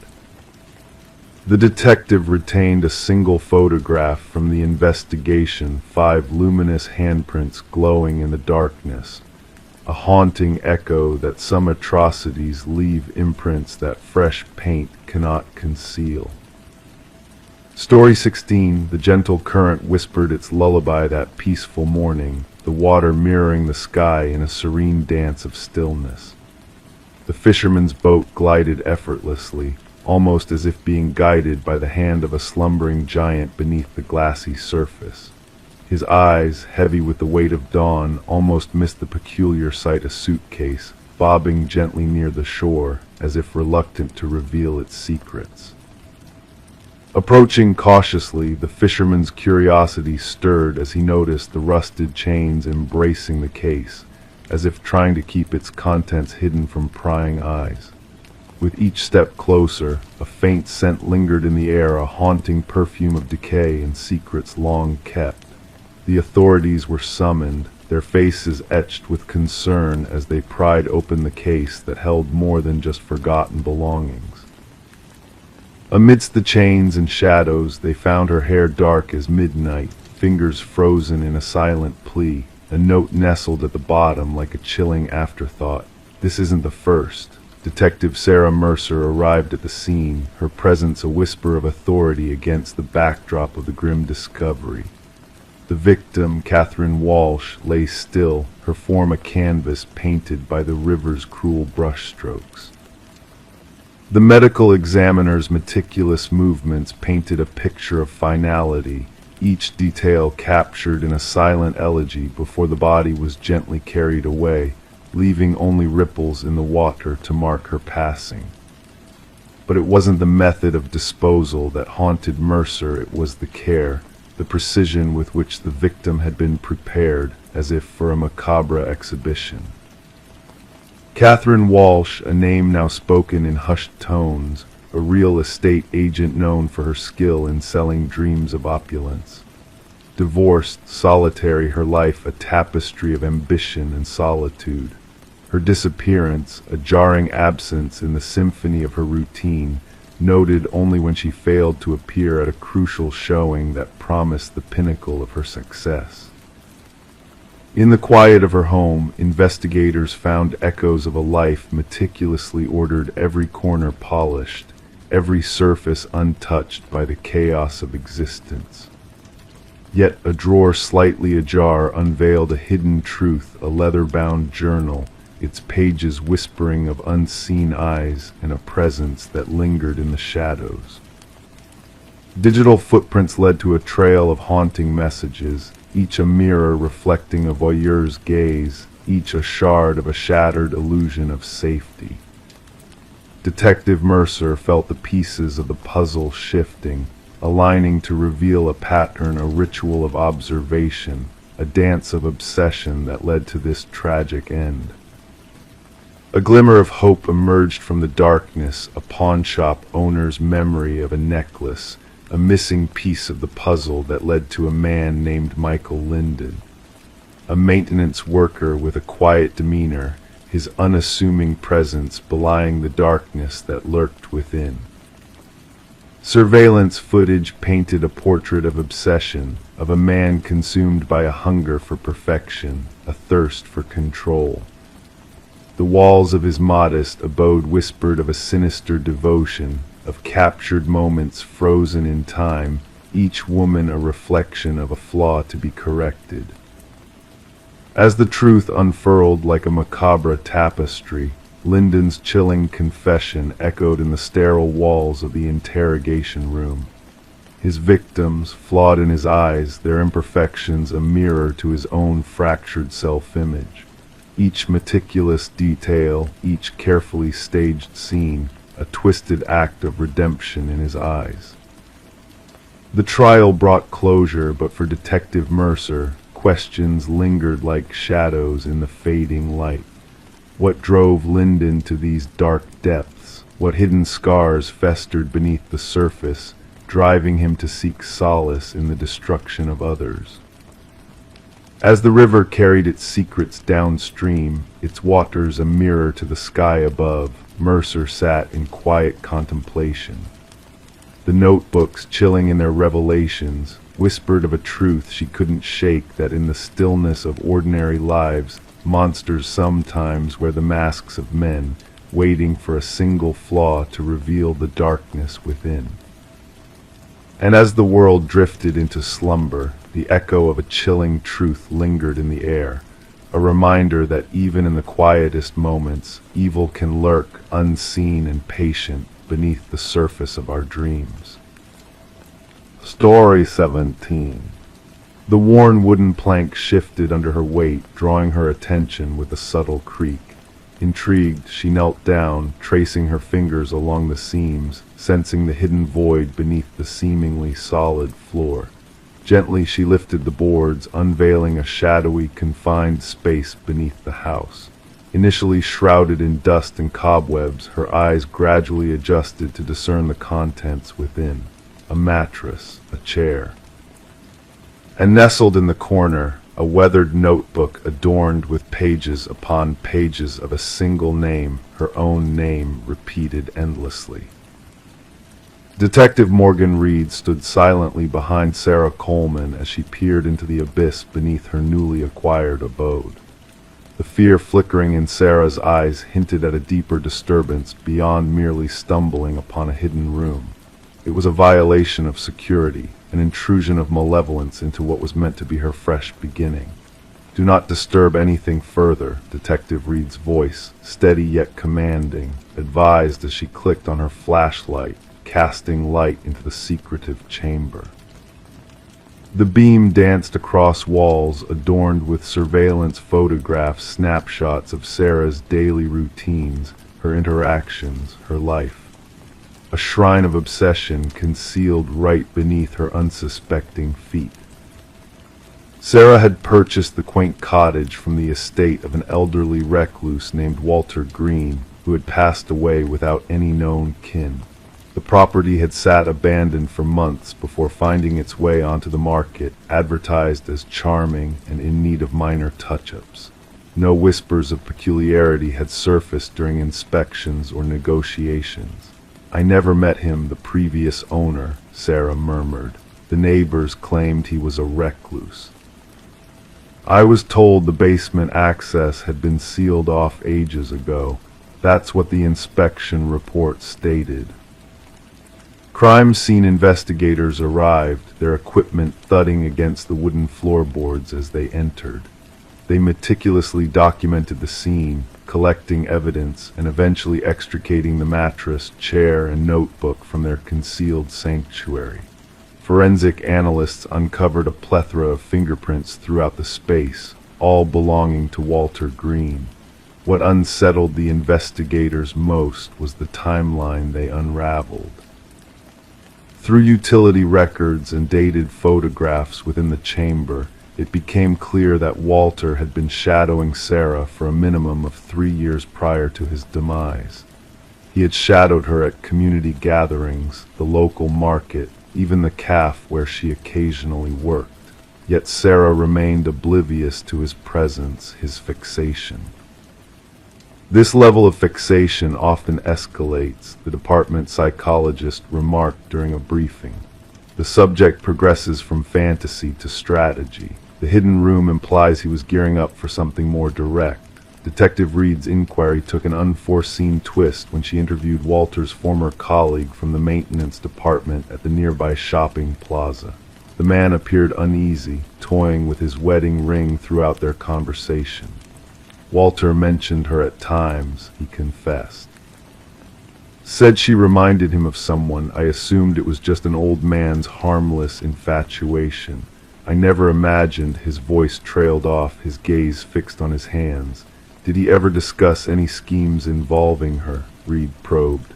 Not explicitly, but he had this saying about how she belongs with me. I thought it was mere talk. Reed secured a warrant to search Walter's workplace locker, undisturbed since his passing.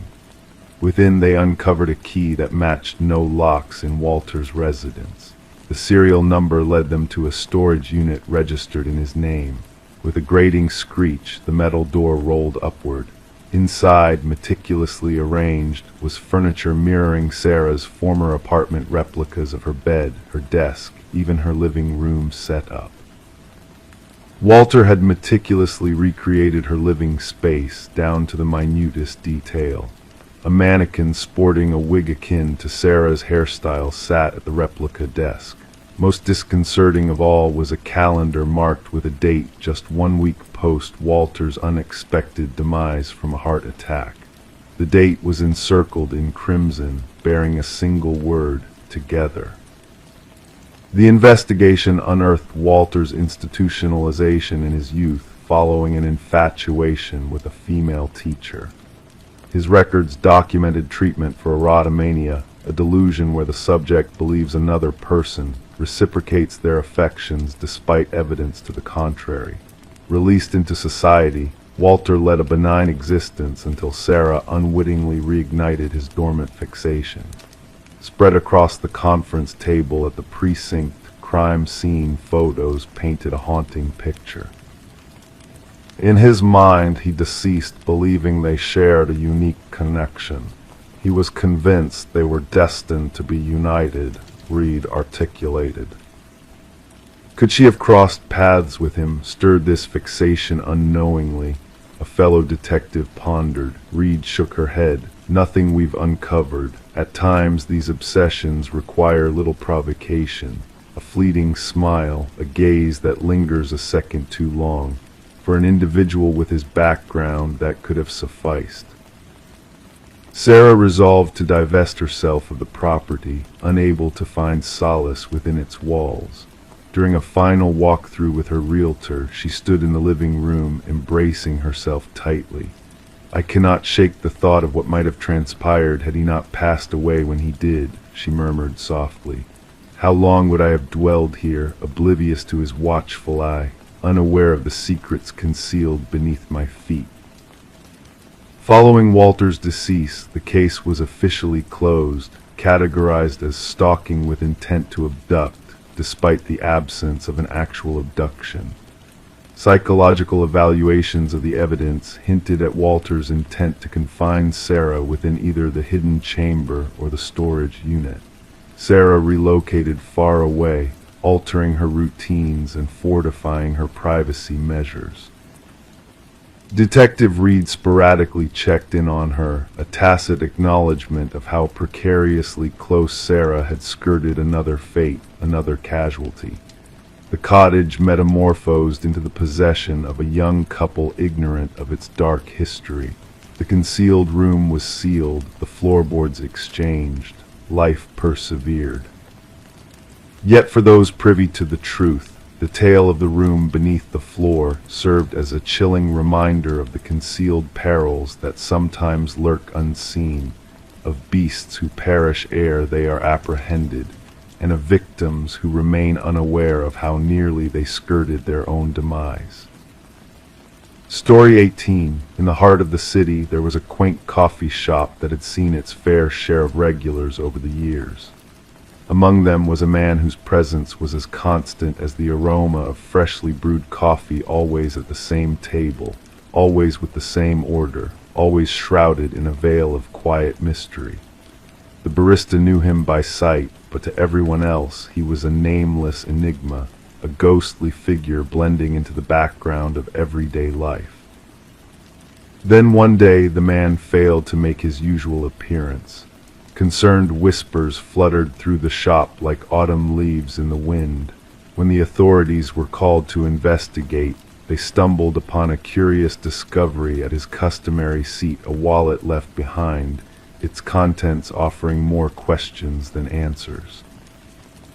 Inside the wallet lay a driver's license with a face that seemed vaguely familiar, yet no name, no address, only an eerie void where his identity should have resided. The enigma deepened when the security footage revealed a perplexing truth. He had entered the shop, he had taken his seat, but he had never departed. Detective Sarah Mercer, a woman of keen intuition and unwavering determination, found herself drawn into the enigmatic case of the man known only as John Doe. As she pored over the surveillance footage, a chill crept down her spine, for the figure of John appeared utterly ordinary, blending seamlessly into the fabric of the bustling coffee shop. "Play it again," she instructed the tech specialist, her voice a soft echo in the sterile room. The footage unfurled like a silent film, capturing John's routine with meticulous detail. The way he ordered his black coffee, the way he retreated to his secluded corner, the way he vanished into thin air, all of it defied logic and reason.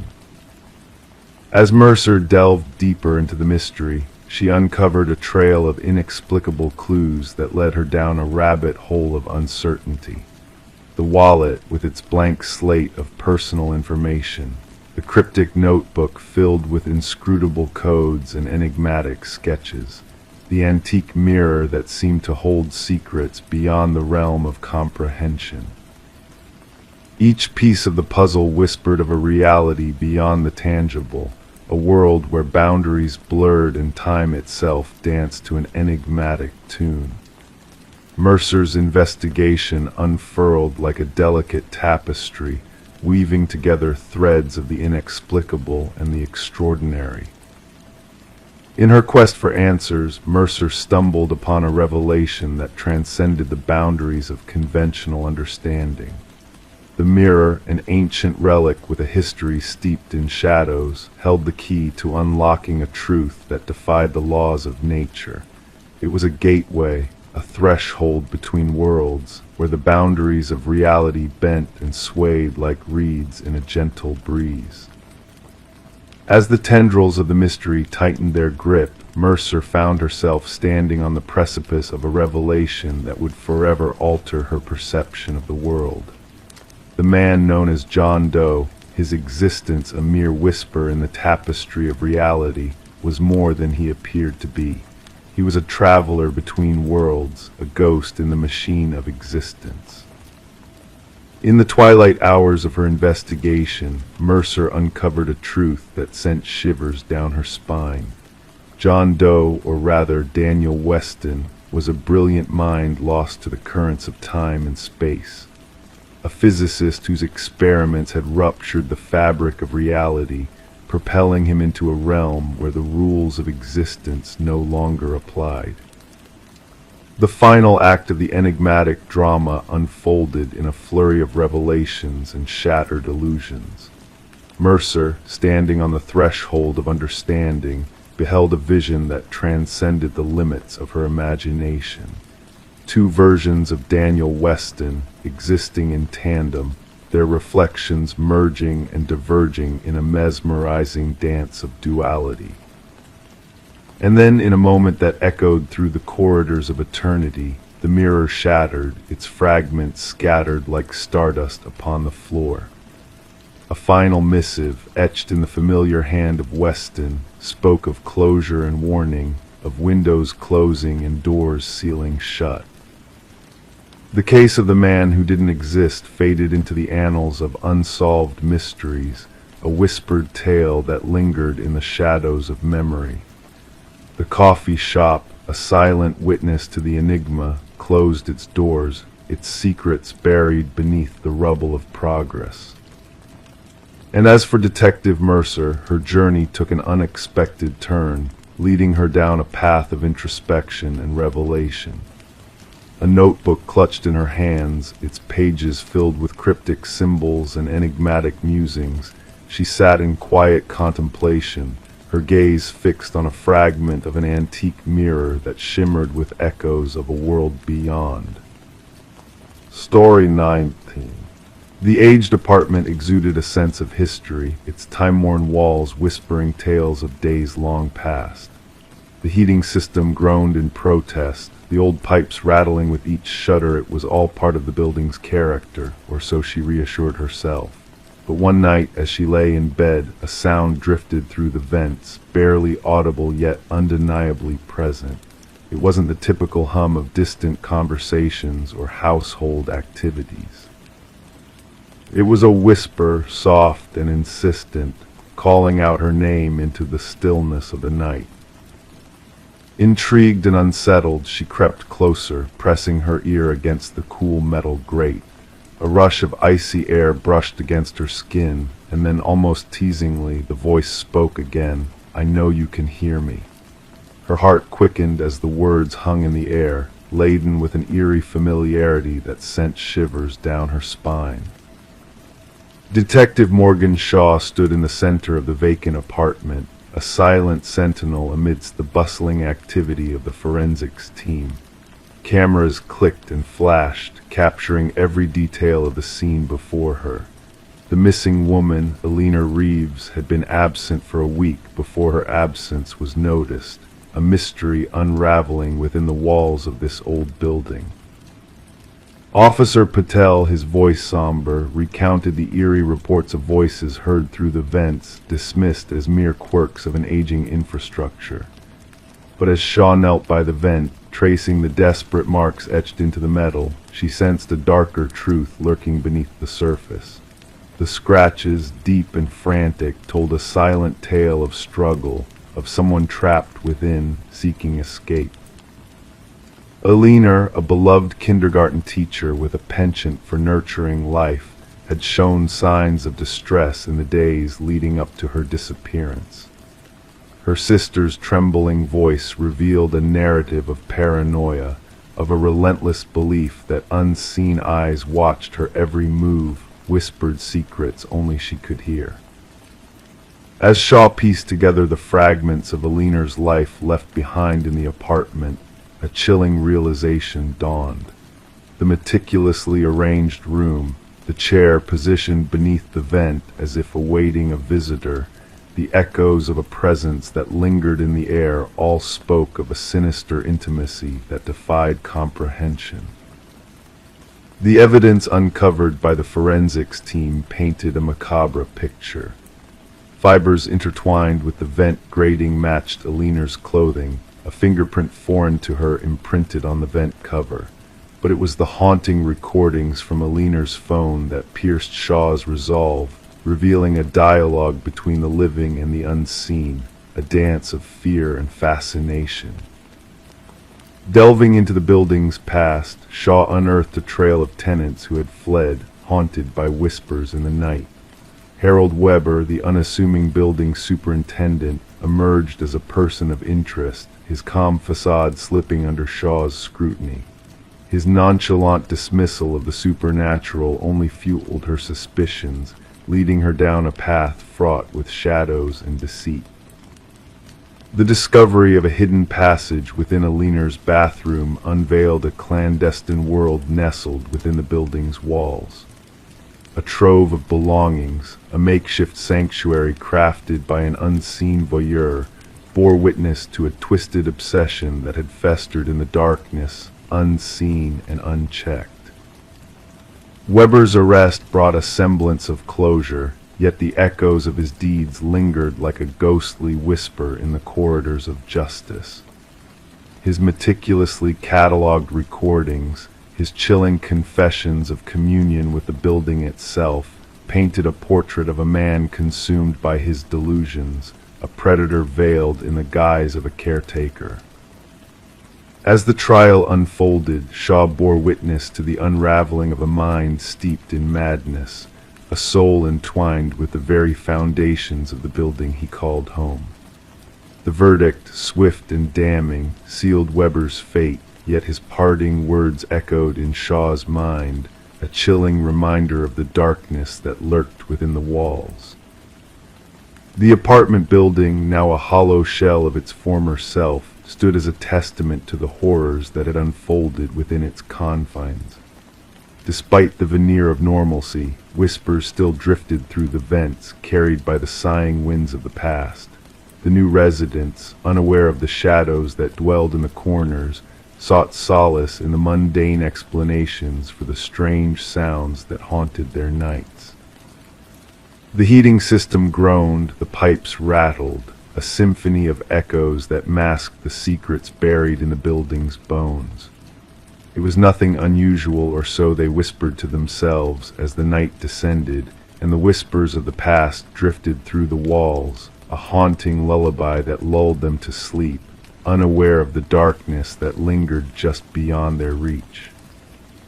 Story 20: The Enigmatic Victorian. She entered the abandoned Victorian, the dust dancing in the still air around her. The house stood frozen in time, with peeling walls and furniture cloaked in ghostly sheets. Each step she took felt like a journey into a past that refused to let go except for one peculiar detail. The doors. Every door she opened led her back to the same room, trapping her in an endless loop. No matter the handle she turned or the path she chose, she always found herself back in the parlor. The way she came in was the only way out, but when she turned to leave, the front door had vanished into thin air. The discovery of Morgan Pierce's lifeless form turned the abandoned Victorian from a forgotten relic to a crime scene shrouded in mystery. Detective Sarah Lind lingered at the threshold, observing as forensic experts moved silently through the dim interior like phantoms. The house had garnered a reputation among the locals, a place where compasses spun wildly, where whispers of unseen eyes watching lingered in the air. Now it held secrets far darker than mere urban legends. The initial assessment indicates she passed about 3 days ago, the medical examiner murmured, his voice barely audible. The cause of death appears to be asphyxiation. Morgan had been discovered seated in an antique chair in the parlor, her gaze fixed on the entrance as if awaiting a visitor. Her expression serene, hands folded gracefully in her lap. No signs of struggle, no marks of resistance. The scene exuded a stillness that sent shivers down the spines of seasoned investigators. "Who stumbled upon the body?" Lind inquired, scanning her notes. "A real estate agent showing the property to potential buyers," her partner replied. They entered, spotted her presence, mistaking her for a trespasser until they drew closer. The house had remained uninhabited since the passing of its previous owner, Eleanor Blackwood, nearly 5 years prior. Legal disputes had left the property in a state of abandonment, unclaimed, unsold, and largely forsaken, except by vandals and thrill seekers. Morgan Pierce, a 26-year-old graduate student delving into architectural anomalies for her thesis, had a fascination with spaces that defied conventional design. Described by friends as meticulous, driven, and captivated by the enigmatic, the abandoned Victorian, with its reputation for disorienting visitors, had undoubtedly beckoned to her curious spirit. Her roommate reported her missing 2 days ago, Lind remarked. Morgan had mentioned visiting the house where people get lost for her research. The investigation unveiled Morgan's repeated visits to the house in the weeks leading up to her demise. Her journal entries chronicled peculiar acoustics, sudden chills, and doors that seemed to open into different realms with each turn of the handle. In her final entry, she spoke of bringing specialized equipment to document what she termed spatial anomalies. Yet, this equipment was nowhere to be found. The autopsy uncovered an unexpected detailed traces of a rare alkaloid in Morgan's system, derived from a plant utilized in certain shamanic rituals. While the substance could induce disorientation and vivid visions, the levels in her body were not lethal. She wasn't one to dabble in recreational substances, her boyfriend asserted during questioning. Morgan was meticulous in her research methods. Deliberately altering her perception was not in her nature. Digital forensic analysis unearthed fragments of erased messages on Morgan's phone. Dialogues with an individual who shared her intrigue for the house, someone who professed to grasp its enigmas. The exchanges grew increasingly intimate and cryptic. The house retains memories of its past, read one message. It yearns for someone to comprehend. The trail of the investigation led to Adam Reeves, an architectural historian who had corresponded with Morgan. His expertise in rare spatial phenomena had captivated her, and their professional bond had evolved into a personal connection. When questioned, Reeves appeared genuinely grief-stricken by Morgan's untimely passing. "The house possesses a reputation," he disclosed. The original architect wove optical illusions and deceptive perspectives into its design. It was crafted to bewilder and disorient. Morgan believed there was a deeper truth to it, something beyond mere trickery of the eye. However, Reeves had a solid alibi for the presumed time of Morgan's demise, with security footage placing him at a university symposium miles away. A breakthrough emerged from an unexpected source, Alina Blackwood's grandson, now residing overseas. Upon contact by investigators, he divulged a long-guarded family secret. "My grandmother wasn't the sole Blackwood to perish in that house," he revealed. "There were others, always discovered in the parlor, always appearing at peace. The family referred to it as the claiming." He provided investigators with decades-old journals detailing deaths initially attributed to natural causes like heart failure or strokes. The recurring pattern was evident: individuals who spent prolonged periods within the house eventually succumbed to what the family cryptically labeled the influence. A secondary sweep of the property unveiled a concealed compartment behind the parlor's fireplace. Within it, investigators unearthed Morgan's missing equipment and a peculiar assembly. An alcove housing artifacts from diverse indigenous cultures, meticulously arranged in a precise geometric configuration. At its center rested a carved figurine, its features worn smooth by generations of touch. Analysis identified the figurine as representing a deity linked to liminal spaces, thresholds between worlds. Traces of the alkaloid found in Morgan's system were detected on the artifacts. The case took a somber turn when dust pattern forensics within the house indicated the presence of another individual at the time of Morgan's passing. Partial fingerprints, unrelated to Morgan or any known visitors, were retrieved from doorknobs scattered throughout the dwelling. 3 weeks into the inquiry, Adam Reeves was discovered deceased in his residence. Mirroring Morgan's posture, he sat facing the entrance, an expression of tranquility adorning his features, with the same alkaloid present in his system. Clutched in his hand was a key that fit no lock in his abode, but seamlessly matched the hidden compartment in the Victorian. In his final correspondence, sent to himself as if preserving a testament, Reeves inscribed, "The house doesn't ensnare you physically, it ensnares your perception. Morgan was correct, the doors laid where they always have, but something convinces you that you're wandering in circles. Once you grasp the truth, you can depart at will. Yet by then you no longer desire to. The case remains open officially, classified as suspicious deaths under scrutiny." The Victorian has since been condemned, its access restricted by authorities. Nonetheless, whispers persist of lights flickering within on certain evenings, and of visitors who vanish without a trace. Some locals argue that the house claims those who delve too deeply into its mysteries. Others speculate that Morgan and Reeves unearthed something ancient and potent, residing in the interstices between conventional reality. The truth remains as elusive as an exit in a house where all doors lead back to the commencement. Story 21: The Realtor's Secret. The property listing had made no mention of a basement. The blueprints held no clues to its existence. Yet, as the family unraveled the old carpet, they uncovered a hidden door, its handle heavy and rusted. It took 3 of them to pry it open, revealing a staircase descending into darkness. The air that greeted them was stale, thick with the scent of damp earth. Expecting a storage space, they were met with a chilling sight: a solitary chair beneath a swaying light bulb, and on the wall behind it a row of photographs of them, captured from within the confines of their own home.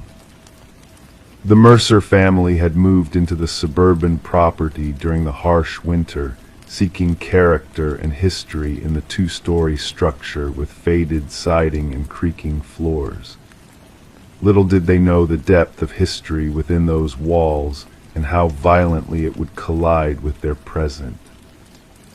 Detective Sarah Connors arrived at the scene with her partner, the crime scene unit already at work securing the perimeter with fluttering yellow tape.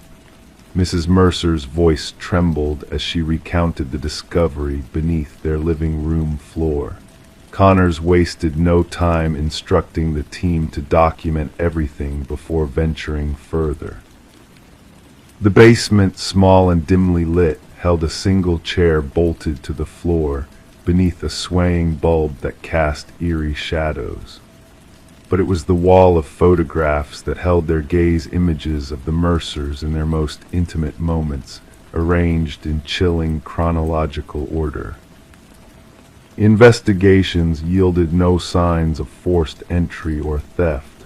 Privacy had been invaded, safety shattered. Fingerprints of past owners lingered in the space, a silent testament to the house's dark secrets. As they delved deeper, the house's unsettling history unraveled. Blueprints altered, permits withdrawn, inspections redacted. The contractor who had renovated the house years ago denied the existence of the basement, his fear palpable. Digital forensics uncovered a hidden memory card with hundreds more images of past families. Audio recordings revealed conversations held within the walls, unseen microphones capturing every word. A narrow passage behind the photographs led to a monitoring station, a chilling setup of cameras, and a journal filled with detailed observations of each family. The journal's author, Edward Kelvin, the house's original builder, had vanished without a trace.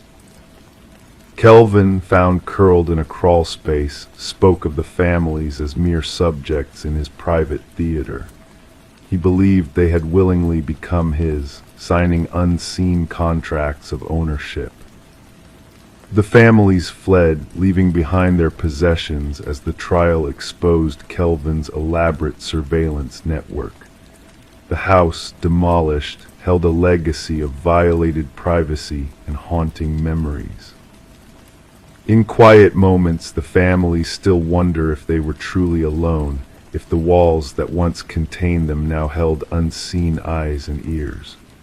The house may be gone, but its secrets linger, a reminder of the darkness that can hide beneath the surface of even the most ordinary homes.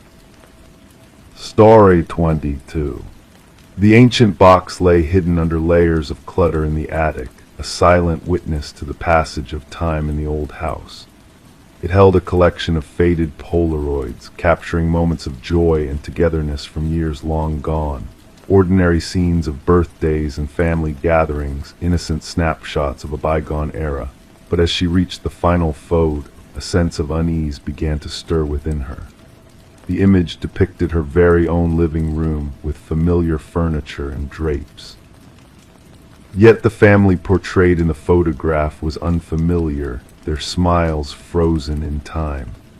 And there, lurking in the shadows of the hallway, a figure stood watching a man whose presence sent a shiver down her spine. Rebecca's fingers trembled as she studied the eerie photograph, a subtle vibration running through the edges of the Polaroid. The family in the image, a woman with honey blonde hair, a man with thick glasses, and two children, seemed oblivious to the looming danger behind them. The happiness frozen on their faces contrasted sharply with the ominous figure lingering just out of sight. Struggling to shake off the feeling of being watched, Rebecca descended the creaking wooden stairs, the the weight of the house pressing down on her like a heavy cloak. Placing the enigmatic photo on the cold kitchen counter, she scrutinized it under the harsh glare of the fluorescent light. The uncanny resemblance between her home and the setting of the photograph was undeniable. The archway, the molding, the bay window all mirrored in haunting detail. How could this be her house, yet occupied by strangers from the past? The mystery deepened as Detective Morgan arrived, his weathered leather jacket a testament to years of investigating the unknown. With eyes that missed nothing, he examined the photograph with a methodical gaze, his gloved hand tracing the edges of the Polaroid. The Nelsons, the previous owners of this house, what do you know about them? His voice rumbled low, probing for answers. Rebecca confessed her limited knowledge, the Nelsons having relocated out of state before she moved in. Accepting the photograph as potential evidence, Detective Morgan set out to unravel the enigma shrouding the unsettling image. The investigation unfolded quietly, revealing a pattern of families who had inhabited the house before disappearing without a trace. The Nelsons had acquired the property from the Crawfords, who had in turn followed a line of transient occupants.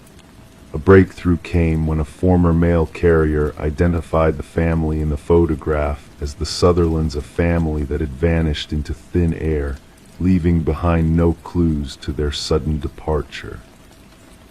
Forensic analysis dated the photograph to 15 years prior, unveiling subtle clues that hinted at a staged setting. The eerie stillness of the subjects and the peculiar dust patterns in the air pointed to a calculated composition. But the looming question remained: who was the mysterious figure in the hallway, observing the unsuspecting family with intent gaze? Enhanced imaging shed light on the shadowy presence, revealing a tall male figure cloaked in darkness. His obscured face and rigid posture hinted at a sinister purpose, as if he held a rightful claim to the house. Detective Morgan uncovered a chilling history of families disappearing after precisely 1 year of residency, dating back decades. A thread of inexplicable vanishings linked to the enigmatic architect, Samuel Whitfield, who had completed the house before meeting a tragic end in a construction accident. As the investigation delved deeper, the basement emerged as a chamber of secrets, concealing the preserved remains of all the missing families, including the Sutherlands. Among their belongings lay a camera identical to the one used to capture the haunting photographs. The house, now a crime scene, held the echoes of past inhabitants, their smiles frozen in time, unaware of the sinister figure watching from the shadows. Rebecca, under police protection, found a hidden crawlspace in the attic, revealing a chilling chamber filled with eerie remnants, a cot, photography equipment, and a journal chronicling the lives of the families. The final entry, dated merely days before, hinted at an ominous presence lurking within the walls, observing her every move. Retreating to a hotel, Rebecca's uneasy slumber was shattered by a mysterious call in the dead of night, a haunting silence followed by the mechanical click of a Polaroid camera, capturing her fear in a single frame. The enigma of Samuel Whitfield persisted, his whereabouts unknown, his legacy a trail of vanished families and chilling photographs. The house now stood empty, a silent sentinel guarding its dark secrets from prying eyes. The truth of the man in the photograph remained elusive, his presence a spectral mystery haunting those who dared to seek answers. And as new families settled into new homes, shadows danced in the corners, whispers of a past that refused to be forgotten. In the quiet obscurity of unseen watchers, the chilling legacy of Samuel Whitfield lived on, a ghostly presence in the realm of the unknown. Story 23. The ancient library faced its imminent demise, the workers making swift progress until a serendipitous stumble revealed a hidden latch within a dusty bookshelf. With a hushed click, the shelf swung open, unveiling a narrow passageway leading to a concealed chamber. The air within was heavy, a time capsule untouched by human hands for decades. Within the empty room sat a solitary chair firmly bolted to the floor, and etched repeatedly on the walls a haunting message echoed, "I am still here." The construction foreman swiftly alerted the authorities, turning what started as a routine demolition into a chilling enigma. Detective Morgan Walsh, a seasoned investigator with 2 decades of experience, stood at the threshold with his flashlight piercing the shadows, illuminating the cryptic words that adorned the walls.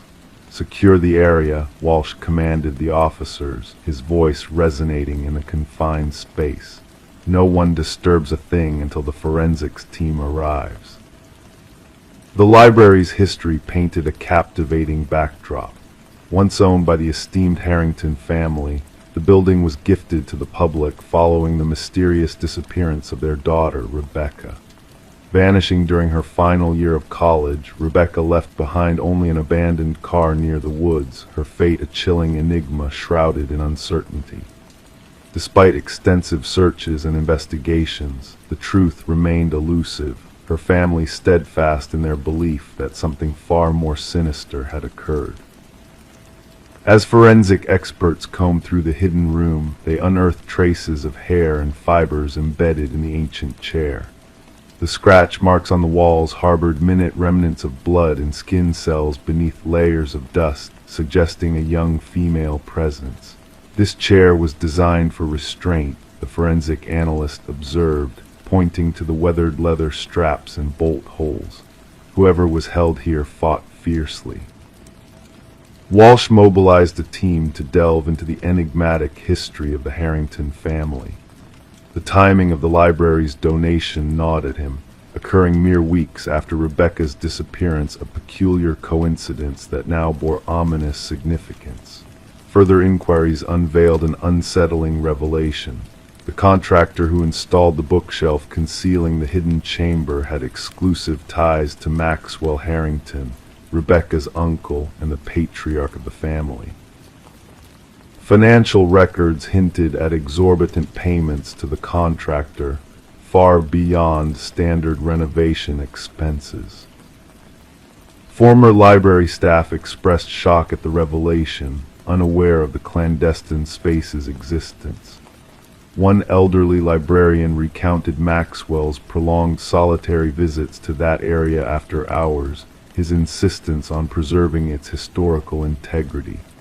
Maxwell always demanded that section remain untouched, she recounted to the investigators, assuming his interest stemmed from a love of history and tradition. The investigation took a harrowing turn when DNA analysis confirmed the genetic material in the hidden room matched samples from Rebecca's hairbrush recovered from her old bedroom. The grim timeline unfolded with chilling clarity. Rebecca had not fled, but had been imprisoned behind the bookshelf, potentially by a member of her own family. With a warrant in hand, detectives scoured the Harrington estate, unearthing a leather-bound journal concealed in a secret compartment of Maxwell's study. The journal chronicled months of disturbing entries, detailing Maxwell's twisted fixation on his niece. The final entry sent shivers down their spines. She threatened to expose everything. "I cannot allow that. The room will keep her until she sees reason." Maxwell, now residing in a coastal retirement community, maintained a veneer of innocence during questioning, dismissing the hidden room as a mere architectural oddity. However, when confronted with the damning evidence, his fa-deck crumbled. "She was a threat to everything," he confessed tonelessly. "Rebecca uncovered my embezzlement from the family foundation. The family name was paramount. I couldn't let her tarnish it." Maxwell's admission unveiled a nightmarish truth. He had lured Rebecca to the library, subdued her, and locked her away in the secret chamber, intending to silence her indefinitely. But his sinister plan unraveled when Rebecca attempted to escape during one of his visits, leading to a fatal confrontation. "I panicked," Maxwell revealed in his chilling confession.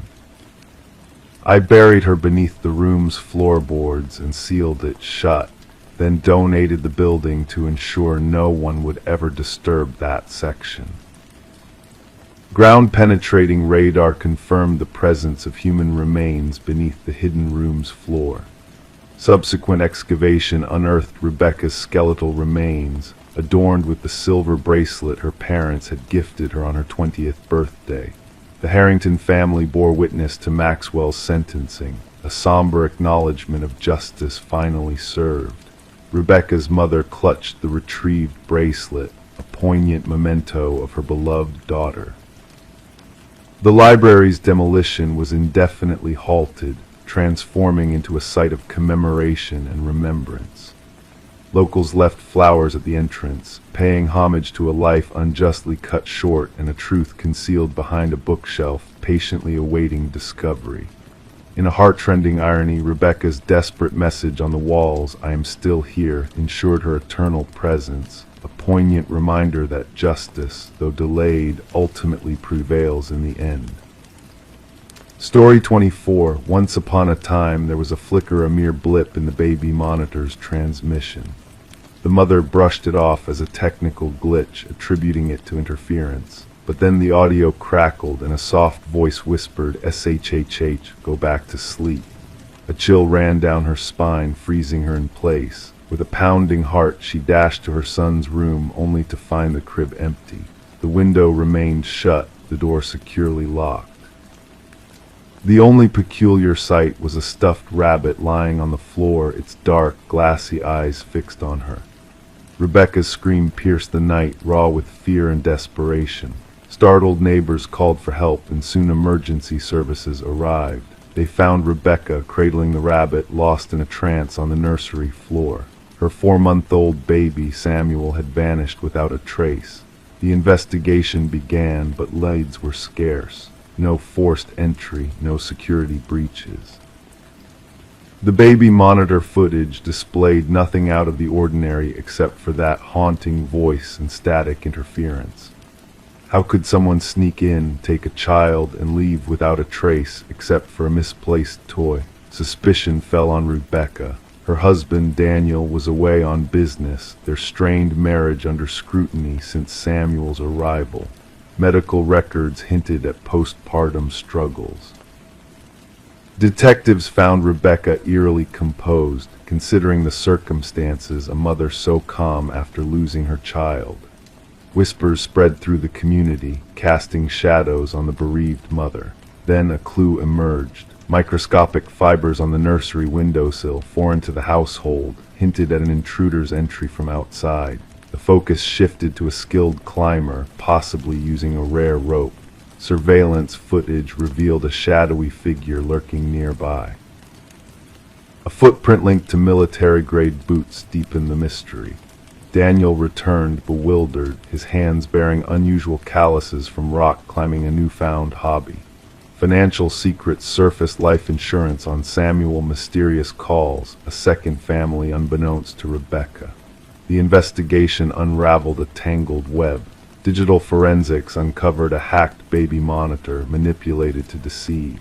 The voice didn't originate from the nursery, but from afar, transmitted to Rebecca's receiver.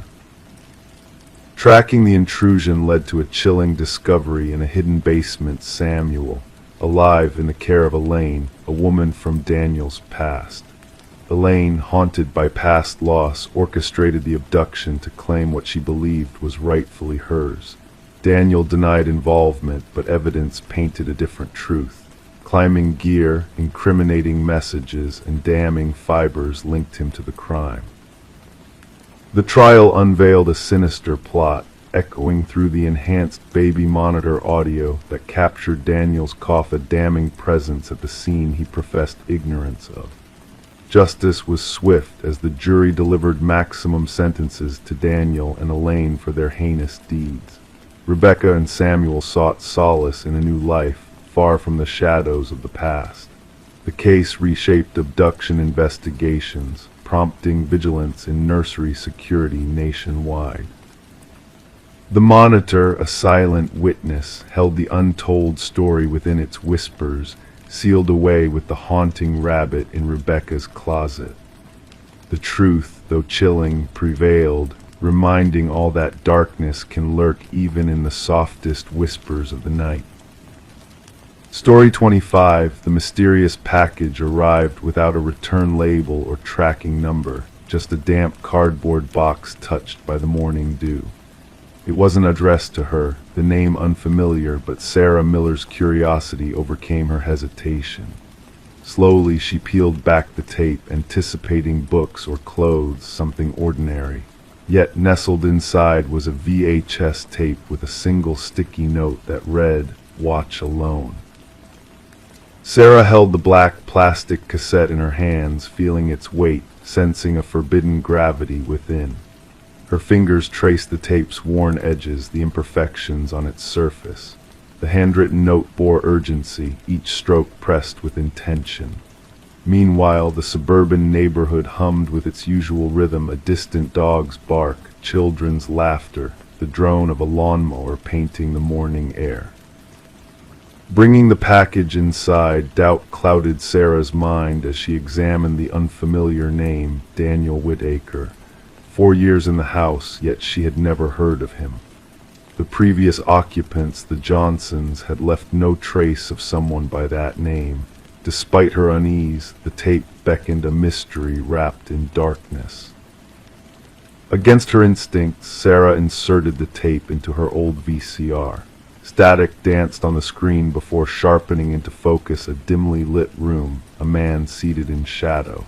"My name is Daniel Whitaker," his voice steady, revealing weariness in his eyes. "If you're watching this, someone found you, they'll find me too." His story unfolded, denying the accusations of murder, exposing a web of deception that ensnared him. Detective Eliza Ramirez faced a puzzle as she studied the VHS tapes, each bearing Whitaker's plea. The case of Catherine Walsh's murder seemed straightforward until these tapes emerged, casting shadows of doubt on the official narrative. Ramirez delved deeper, uncovering Walsh's involvement in a whistleblower case against PharmaCorp, a pharmaceutical giant with dark secrets. As the investigation twisted, Sarah received a second package, documents that validated Walsh's claims, exposing the corruption within PharmaCorp. Ramirez connected the dots, tracing Whitaker's path of discovery. He had stumbled upon the truth, unwittingly becoming a pawn in a game of power and deceit. The breakthrough came when Sarah noticed a crucial detail in the tape, a reflection that led them to a storage unit holding the key to the conspiracy. Justice unfolded quietly, through meticulous evidence gathering that shattered the lies crafted by those in power. Executives fell, the truth prevailed, and Daniel Whitaker emerged from the shadows, a changed man. Standing on Sarah's porch, he shared a moment of quiet reflection with her. "The algorithm chose you," he explained, the weight of their shared experience hanging between them. In the end, the wrong address had led to the right person, unraveling a tale of justice and manipulation. The VHS tapes, now evidence of a hidden truth, served as a reminder that sometimes the most unexpected packages carry the answers we seek, waiting for those brave enough to uncover them. Story 26, the hotel appeared worn, a relic of a bygone era, a place transient guests passed through with haste. The receptionist handed her the key with a cryptic glance. "Just avoid the final door on the left," he murmured mysteriously. Intrigue stirred within her. Later that evening, navigating the dimly illuminated corridor, she found herself standing before it. The doorknob felt icy to the touch. Superficially, the door resembled the others until she pressed her ear against it. From the other side, a presence exhaled.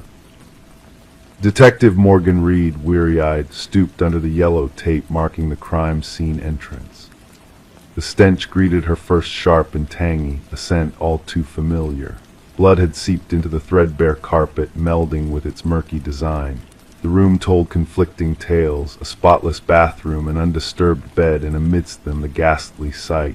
A young woman lay sprawled on the floor, her golden locks splayed like a halo, her lifeless gaze fixed on the ceiling, frozen in a silent scream.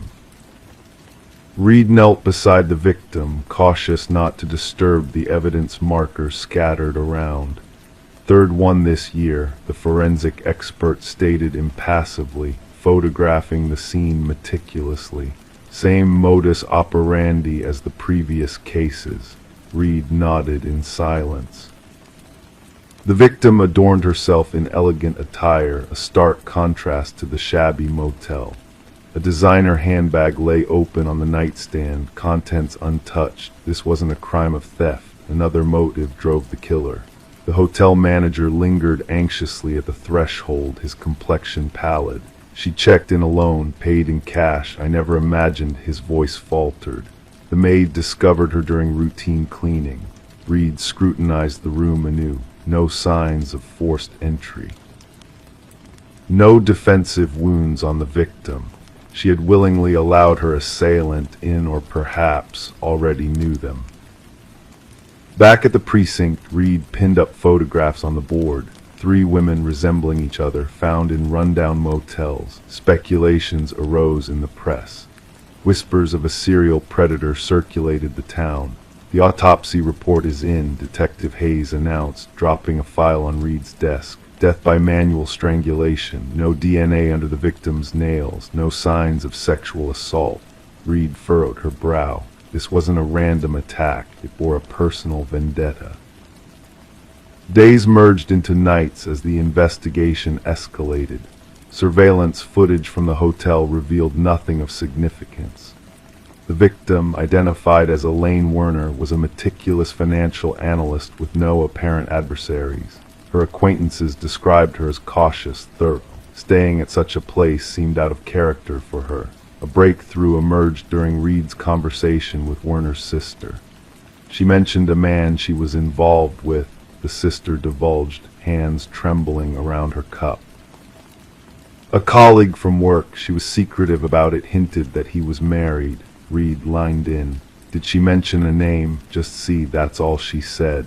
The focus shifted to Werner's workplace. Co-workers depicted her as reserved, professional. None were privy to her personal affairs. However, a business card hidden in Werner's desk calendar led Reed to Charles Emerson, the senior vice president. Emerson maintained a composed facade during questioning, concerned, cooperative, keeping a calculated distance. His alibi seemed airtight, a dinner with his spouse and another couple, yet something in his demeanor unsettled Reed. Did you have any personal relationship with Elaine Werner? Reed inquired casually.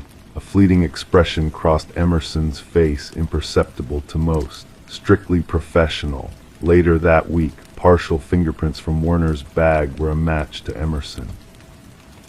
When confronted, his facade crumbled. We were involved, he confessed, but it was over. She threatened to expose me to my wife. Was that enough reason to kill her? Reed probed. Emerson's gaze hardened. I never set foot in that motel. Nevertheless, hotel records contradicted his claim. A credit card transaction for the adjoining room paid through a corporate card linked to Emerson's company. Upon searching that room, a concealed camera was uncovered in the shared vent. The evidence stacked against him. Fibers from Emerson's distinctive suit matched those found on Werner. His DNA lingered on a water glass in her room. Examination of his home computer unveiled recordings of the prior victims. A pattern emerged. Emerson targeted women resembling his spouse in her youth. He lured them to specific motels, always selecting the room adjacent to the last door on the left, equipped with surveillance apparatus. After recording their encounters, he returned to erase the evidence, the women themselves. In the interrogation room, Emerson's facade finally crumbled. They threatened to ruin everything, he whispered. My reputation, my marriage, my life. The trial unfolded swiftly yet dramatically. 3 families witnessed the dispensation of justice in the sterile courtroom. Emerson exhibited no remorse, maintaining the same blank countenance that had served him in the corporate realm. The judge sentenced him to lifelong incarceration. As officers escorted him away, Reed locked eyes with him. Fleetingly she glimpsed not humanity, but its void of deficiency where compassion should reside. The media dubbed it the door on the left case. Psychologists delved into Emerson's psyche. Enthusiasts of true crime analyzed every detail, yet for Reed the case lingered unresolved. Occasionally, while traversing hotel corridors, she found herself tallying doors, pondering the enigmas that lay beyond them. In the evidence repository, secluded from public scrutiny, 3 identical motel keys rest tagged and logged, tangible reminders that certain doors, once opened, can never be shut again. Story 27. In the stillness of the night, a mysterious package arrived in the mail, wrapped in a plain envelope devoid of any return address. Within it lay a single brass key, bearing the marks of time's gentle caress. The homeowner, Sarah Miller, puzzled over its unfamiliarity, yet a strange sense of déjà vu lingered in her mind. As she tried the key in every lock within her home, a sense of foreboding grew within her. None of the locks yielded to its touch. It belonged to no door she owned. Perplexed, she placed the key on her coffee table, and in that moment the silence was shattered by the unexpected chiming of the old grandfather clock in the hallway, its sound echoing hollowly despite being long broken. Sarah, shaken by the inexplicable occurrence, sought the counsel of the authorities. What began as a simple tale of an enigmatic key soon spiraled into a harrowing tale of darkness that lurked beneath the tranquil facade of their quiet suburban neighborhood. The responding officer, initially dismissive, suggested the key's arrival may have been a mere mistake, but Sarah's intuition whispered a different truth, a truth veiled in shadows, waiting to be unveiled. Reluctantly, the officer accepted the key as evidence, unknowingly setting in motion a chain of events that would shake the community to its core. When the case landed on the desk of Detective Robert Harmon, a seasoned investigator with a knack for unraveling the most insidious of mysteries, he couldn't shake off the unease the brass key exuded. Background checks on Sarah revealed a life lived in innocence, devoid of any hint of malice or deceit.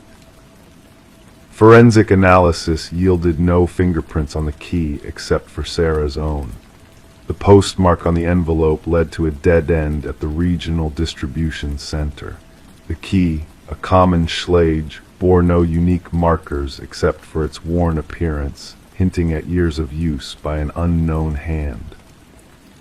A breakthrough came when Detective Harmon decided to delve deeper into the key's intricate bidding pattern. A match was found in a cold case from years past, linking the key to a storage unit where horrors beyond comprehension had been unearthed, a grim tableau of blood-stained carpet, tools of cutting, and photographs of women whose identities remained a mystery. As the investigation unfurled, a chilling connection emerged. Harold Jenkins, a shadowy figure from the past, a man with a penchant for darkness, seemed to be the elusive puppeteer pulling the strings of this macabre performance.